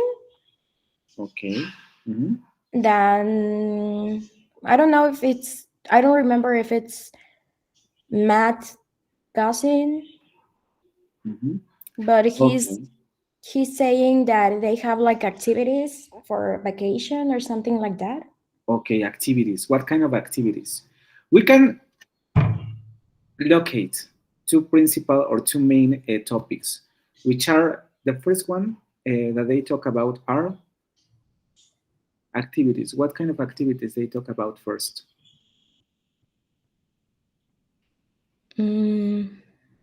You're a football player extraordinaire.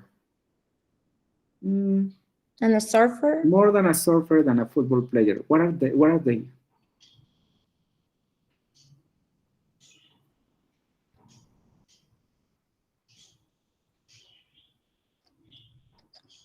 They are talking like about their hobbies, no? Their hobbies, sports in this case, because they are not talking about painting, about I don't know, about writing, about fighting, about anything else. They are talking about sports. Okay, so they are using this topic to introduce themselves to each other. Who is the football player and who is the surfer?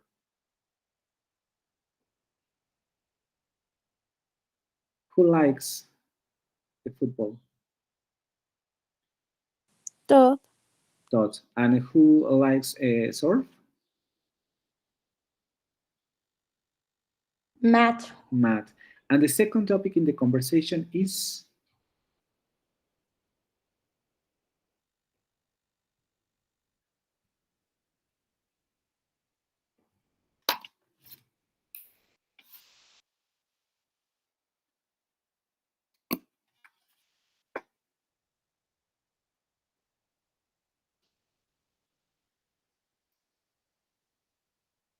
which is the second topic of the conversation? They are looking for something to do. No? Exactly, like activities in the town, no? For example, we have here these phrases. John has promised me a non-stop schedule, kind of a mix of sightseeing, meeting his friends, checking out the local scene, and camping in the mountains. So they are talking about activities they are gonna do during, I don't know, his vacations or something like that, okay? These are the main topics in the conversation for them to introduce each other and to know each other a little bit more, okay? The second question, who is from San Diego?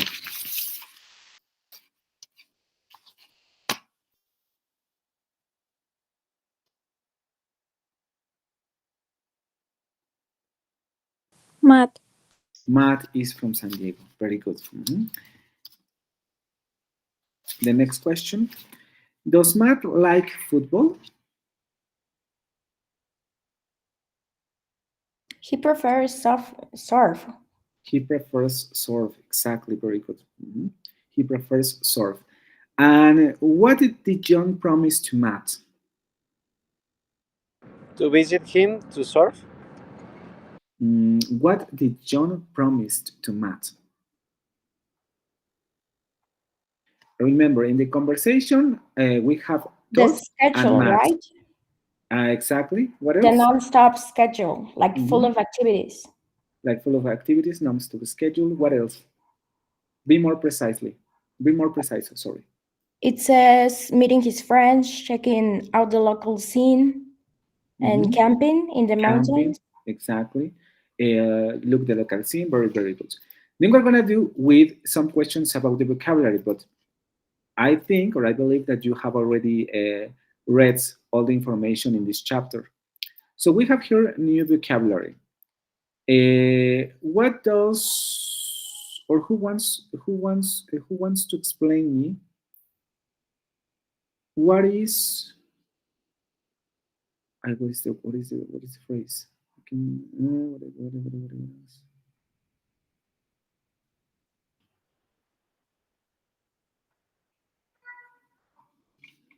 I just got him, the first one. Who wants to explain me that phrase?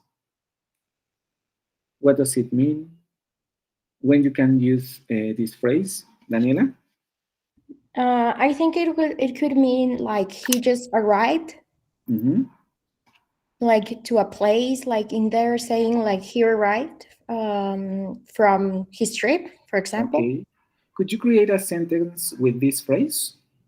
Probably you could use also another subject, another pronoun. In present, in past. What do you think?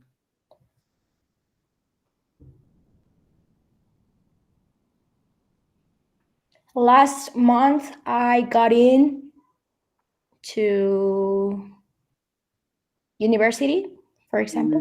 You can also only say last month I just got in, because this means only yo llegué. That's it. I just got in. That's why we have here the preposition in to say that we arrived to this place. I just got in. He just got in. Very good. Who wants to explain me? So, as a matter of fact.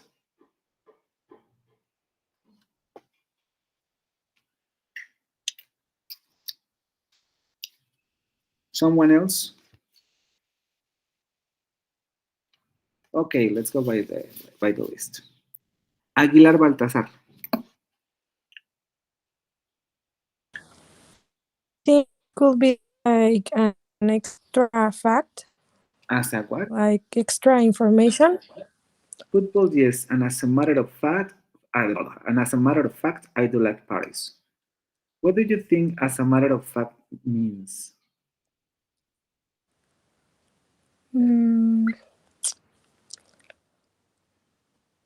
Like You can also an explain extra me this. information. Sorry? Like an extra information. Not really as an extra information. We can also say this in a simplest way, but I don't know if you can think about it. As a matter of fact, is a way to say it, but we can also say it in a shorter way.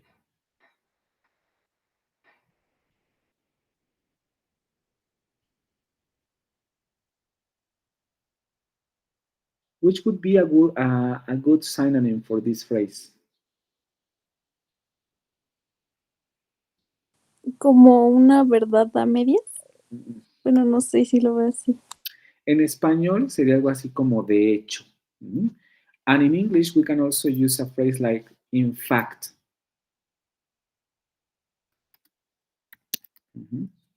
Just in fact. A football, yes. And in fact, I do like Paris. So it's more like this kind of phrase. In fact, to emphasize something that I'm gonna say after something. Football, yes. But in fact, I do like Paris. Or as a matter of fact, I do like Paris. We can also say that he likes more the parties than the football. Okay. Let's go with this last one. Looking forward. Has in a store for me. This one. What does has in a store means? What does has in a store mean?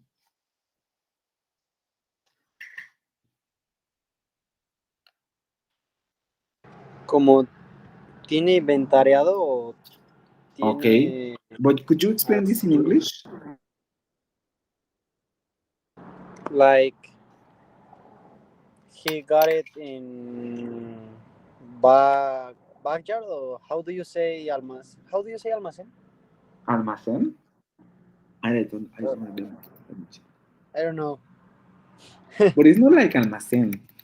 I mean, yes, of course, in a store it's like to keep in a store, of course, in a store. But no, it's not exactly like that. In this case, we have a metaphorical meaning of this verb. What does what does has in a store mean? Sorry, I just remember in inventory. Okay, we can say like we can also say like that. I'm looking forward to hearing what Johnny has in store for me, like an invent. We can see it in a more simple in a simpler way. What is an inventory? Nisa? I was trying to say that something that he prepared. Okay, very good. Something that he prepared. For what? For me, like the activity, like all the activities that he tried to show me could be. Very good. Something that he has prepared, but in this case, trying to recover in the word that Juan Pablo utilizó. An inventory. What is an inventory? When a list. A list. Very good. A list of activities, or like you say, a list of activities that he has prepared for me. Has in a store. Could you create a sentence, Paula? A ver, denme un segundo.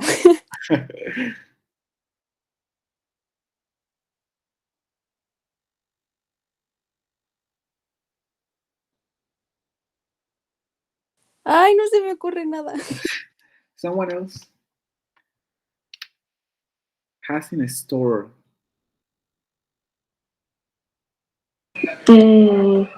It could be like he always has something new in store for us. Exactly, very good. Again? He always has something new in store for us. Very, very good. Very good. Let's go with the last phrase, which be this one. Show up on your doorstep. What does this phrase mean? Show up on your doorstep. And don't be surprised if we show up on your doorstep in San Diego one day, ready for surfing. A synonym for this phrase. Show up on your doorstep. That he is outside his house. Okay, that's a very literal translation, but this phrase doesn't mean exactly that. What does this phrase mean? Show up on your doorstep. You were too literally. I mean, this is not a literal meaning. We have, in these cases, with phrases like this, we have metaphorical meanings. So this means that we can search for synonyms that suits better the meaning of this phrase. Fernanda? Yes, it's in case that he find in somewhere place him. No. You are in a very far land. I mean, it's a very simple word. Show up on your doorstep. Como de si lo ve pronto, ¿no? ¿O no? No. ¿Cómo traducimos esa oración ahí? And don't be surprised if we show up, on your doorstep in San Diego? Como de no te sorprendas si me ves por cerca, bueno, no sé. Si nos presentamos en la puerta de tu casa o en Ajá. la puerta de tu casa en San Diego. ¿Y eso qué significa? Que pueden encontrarse fácilmente. Oh, not O really. que están cerca. In a simple word. ¿Qué le está prometiendo ahí? Que se van a ver. ¿Por ahí alguien dijo algo? Sí que se van a ver, que pero... puede o va a ir. Okay, and in English that word would be? He's promising that he's going to See him or visit him. visit him. Exactly. He's promising that he's going to visit him. Show up on your doorstep. Of course, the literal meaning is not exactly what he's trying to say. She's just saying that we're going to visit you. We're going to visit you, and don't be surprised about it. In San Diego, one day ready for surfing. Okay, very good. Do you have any questions with the conversation? For the ones that doesn't participate in this occasion, do you think, or do you believe that just practicing this conversation could help you to improve your pronunciation and your vocabulary?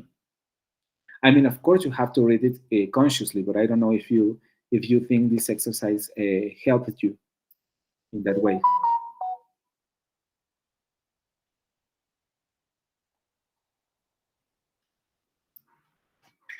No comments?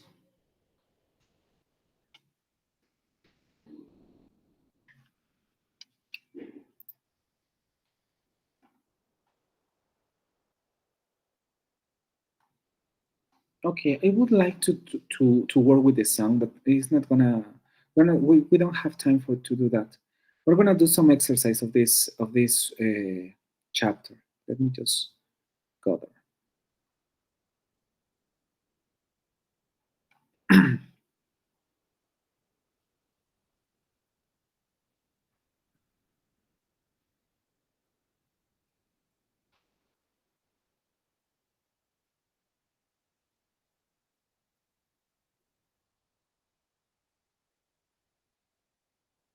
Okay, let's do this one. 1.4 and 1.5. We have here write a yes or no question for each of the following answers. We have here answers and we need questions. Okay, who wants to create questions? Remember, in this occasion, in this hour, 5 participation for each participation. So, who wants to do the first one? Frida. It could be, do you want to go to the cinema tomorrow? Okay, do you want to the cinema tomorrow? No, we don't. Very good. The second one. Nisa? Is she taller than me? Is she taller than me? Yes, she is. Very good. Number 3. Juan Pablo? They are better than us. Okay, they are better than us. What is the error in your question? I don't know. What should I change to make your Are they question better right? than us? Are they better than us? Very good. Are they better than us? No, they aren't. Okay, let's go with the number 4. Ernesto? Do you want to go to the movies? Do you want to go to the movies? Yes, I do. Very good. Number 5. Okay. Remember, you can repeat. In this case, I just want you to participate. Number 5. Ernesto again. Okay. Oh, so yes, he does. Okay, so does he like cars? Does he like cars? Yes, he does. Very good. Number 6.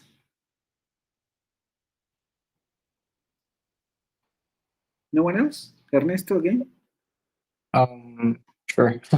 No, I'm not. Okay, so am I? Well, are you a fast person? So no, I'm And you not what?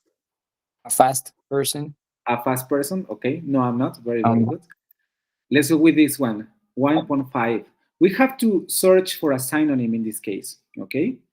We have a lot of words. Let me just make it smaller so we can see all of them. Yes. Okay. I'm going to give you 4 minutes to look at the words and to try to match all the words you can. So I'm going to ask after 1, 2, 3, 4, 5, and you are going to try to match with the correct word. Okay, 5 minutes for you to read all the words.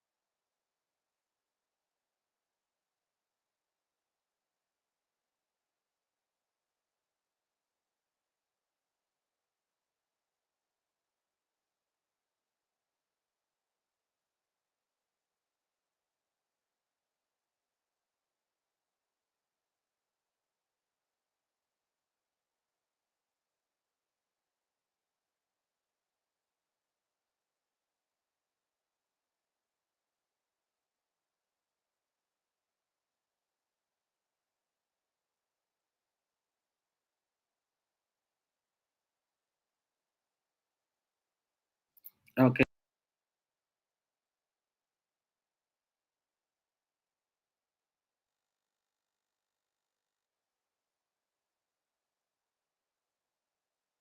Teacher, we can hear you. Sorry. Let's go. You can raise your hand so you can participate. Let's go with the first phrase. What is a party animal?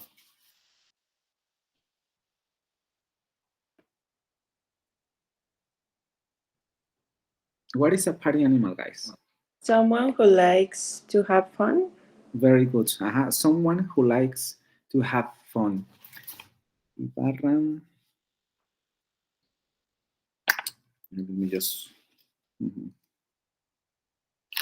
What is extraordinaire?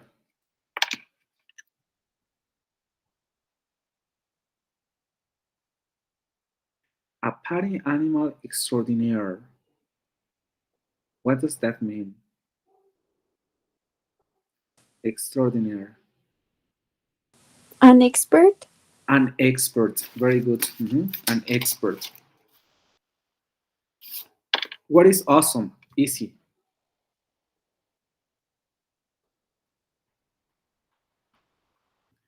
What is awesome? A synonym for awesome. Fantastic. Fantastic. Fantastic. Let's search for a synonym for a mix. What is a mix? A combination? A combination. Very good. A combination. What is a synonym for you're welcome? Be accepted. What? Be accepted. Accepted? I don't know. Be accepted? What is it? Be accepted. Not exactly. What would be the correct synonym for you're welcome? Okay, Jesus.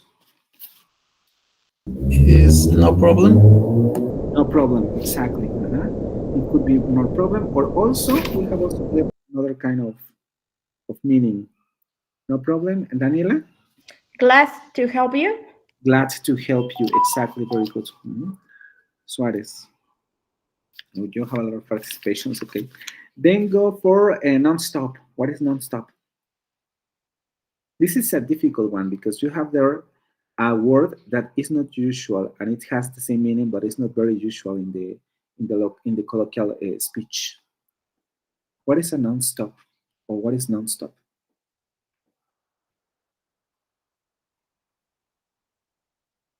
24/7. 24/7 is one of them, and the other? Current events here. No, we have another word.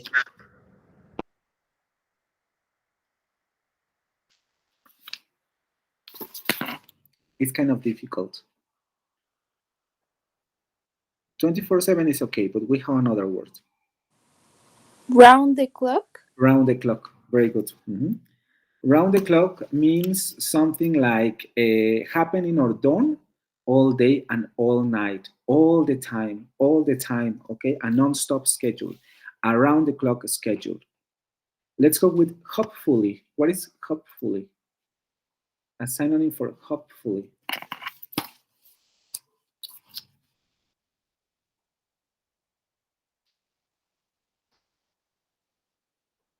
Hopefully. If we are lucky. If we are lucky. Very good. A synonym for in shape. Physically fit. Physically fit. Very good.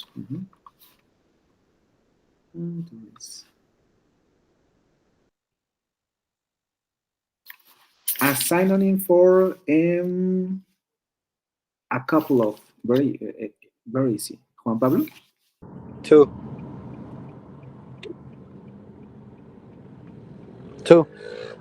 Yes, sorry.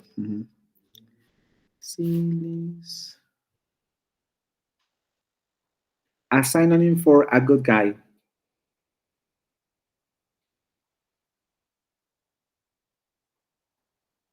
It's kind of rare what it says here, but okay. A synonym for a good guy. An understanding male. Yes, it's kind of rare, but it's an understanding male. Let's go for anytime.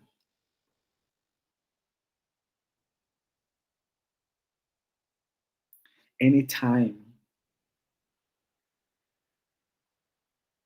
Glad to help. Glad to help. Very good.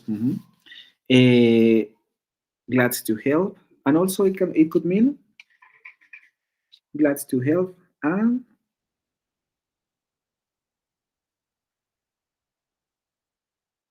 no problem. And no problem. It's a synonym also for what other phrase? Anytime. Glad to help, and no problem. We have another, which is, and it's in the first column.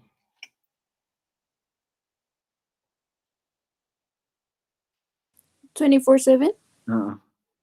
If anytime means glad to help you and no problem, it also means you're welcome. You're welcome. Exactly. Exactly. And then go for the local scene. What is the local scene? Current events here. Current events here. Very good.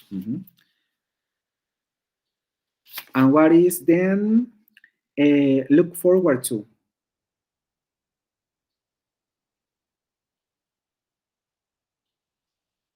A synonym for look forward to. Want to. Want to. Want to. Very good.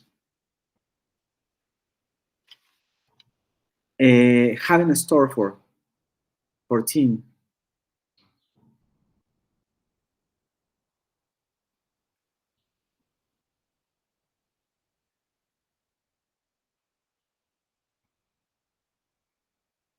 have in store for?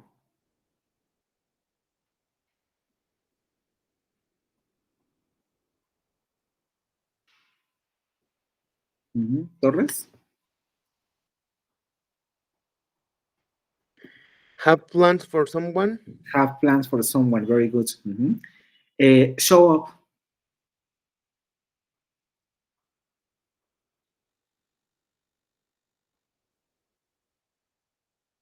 Arrive. Arrive. Let's go for the get in.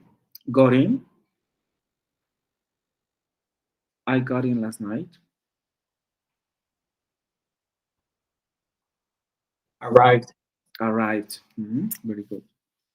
And then can't wait. Sorry.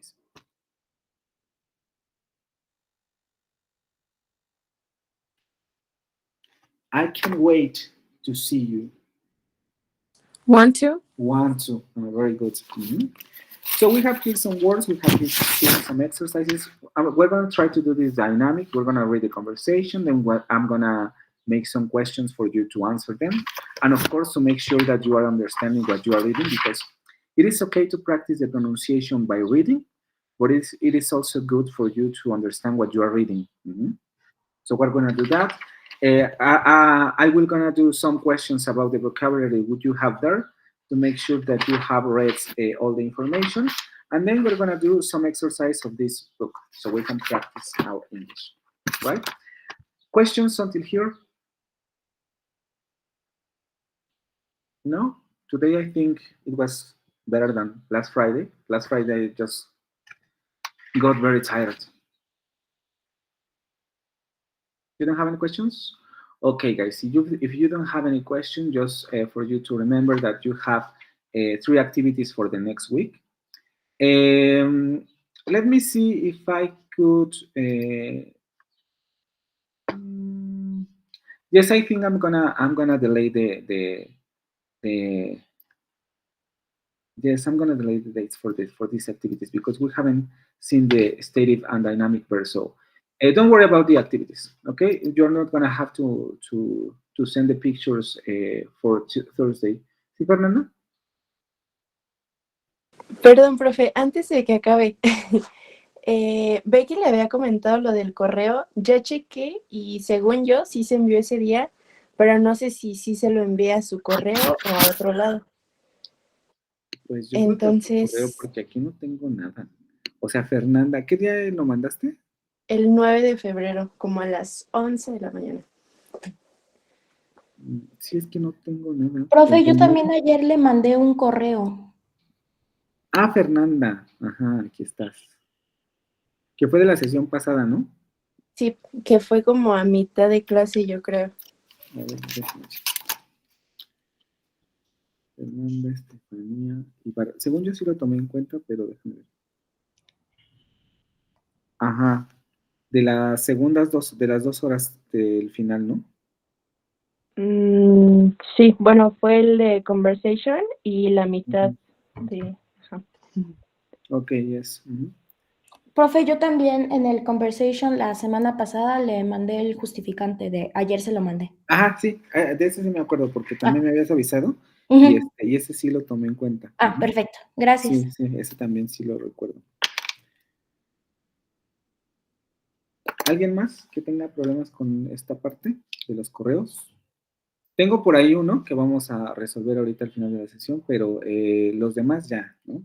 Entonces, solamente para recordarles, los 3 ejercicios que tienen ahorita, déjenlos, no los vamos a hacer para la siguiente semana, porque no hemos visto verbos de estado y verbos dinámicos, los vamos a ver la siguiente semana. Y ya entonces, si quieren hacerlo, está bien, ¿vale? Si se sienten confiados en hacerlo, porque tampoco es tan difícil, pero sí hay que considerar ciertos aspectos. Además, ahí tienen la presentación. No, mejor sí háganlos. Tienen la presentación y eso les sirve para entender lo de los verbos de estado y los verbos dinámicos. Entonces, hagan los ejercicios, vamos a ver cómo les va, y la siguiente semana comenzamos con eso, ¿vale? Con los verbos de estado y los verbos dinámicos, que es prácticamente lo mismo que en español. Stative verbs and dynamic verbs, but in Spanish, but in English. Of course, they have some different behavior in some cases, Well, they are almost the same in English than in Spanish. Eduardo? Profe, es que yo tengo una duda de una pregunta del examen, entonces no sé si ahorita la podríamos checar. Sí. Bueno, chicos, if you don't have any more questions or you don't have any comments to do so, we see you on next Friday. Goodbye. Profe, yo también quiero hablar con usted de Yes, lo de las asistencias. Ok, bueno, los que quieren hablar conmigo nos quedamos al final. Ya voy cerrando solamente la grabación y vamos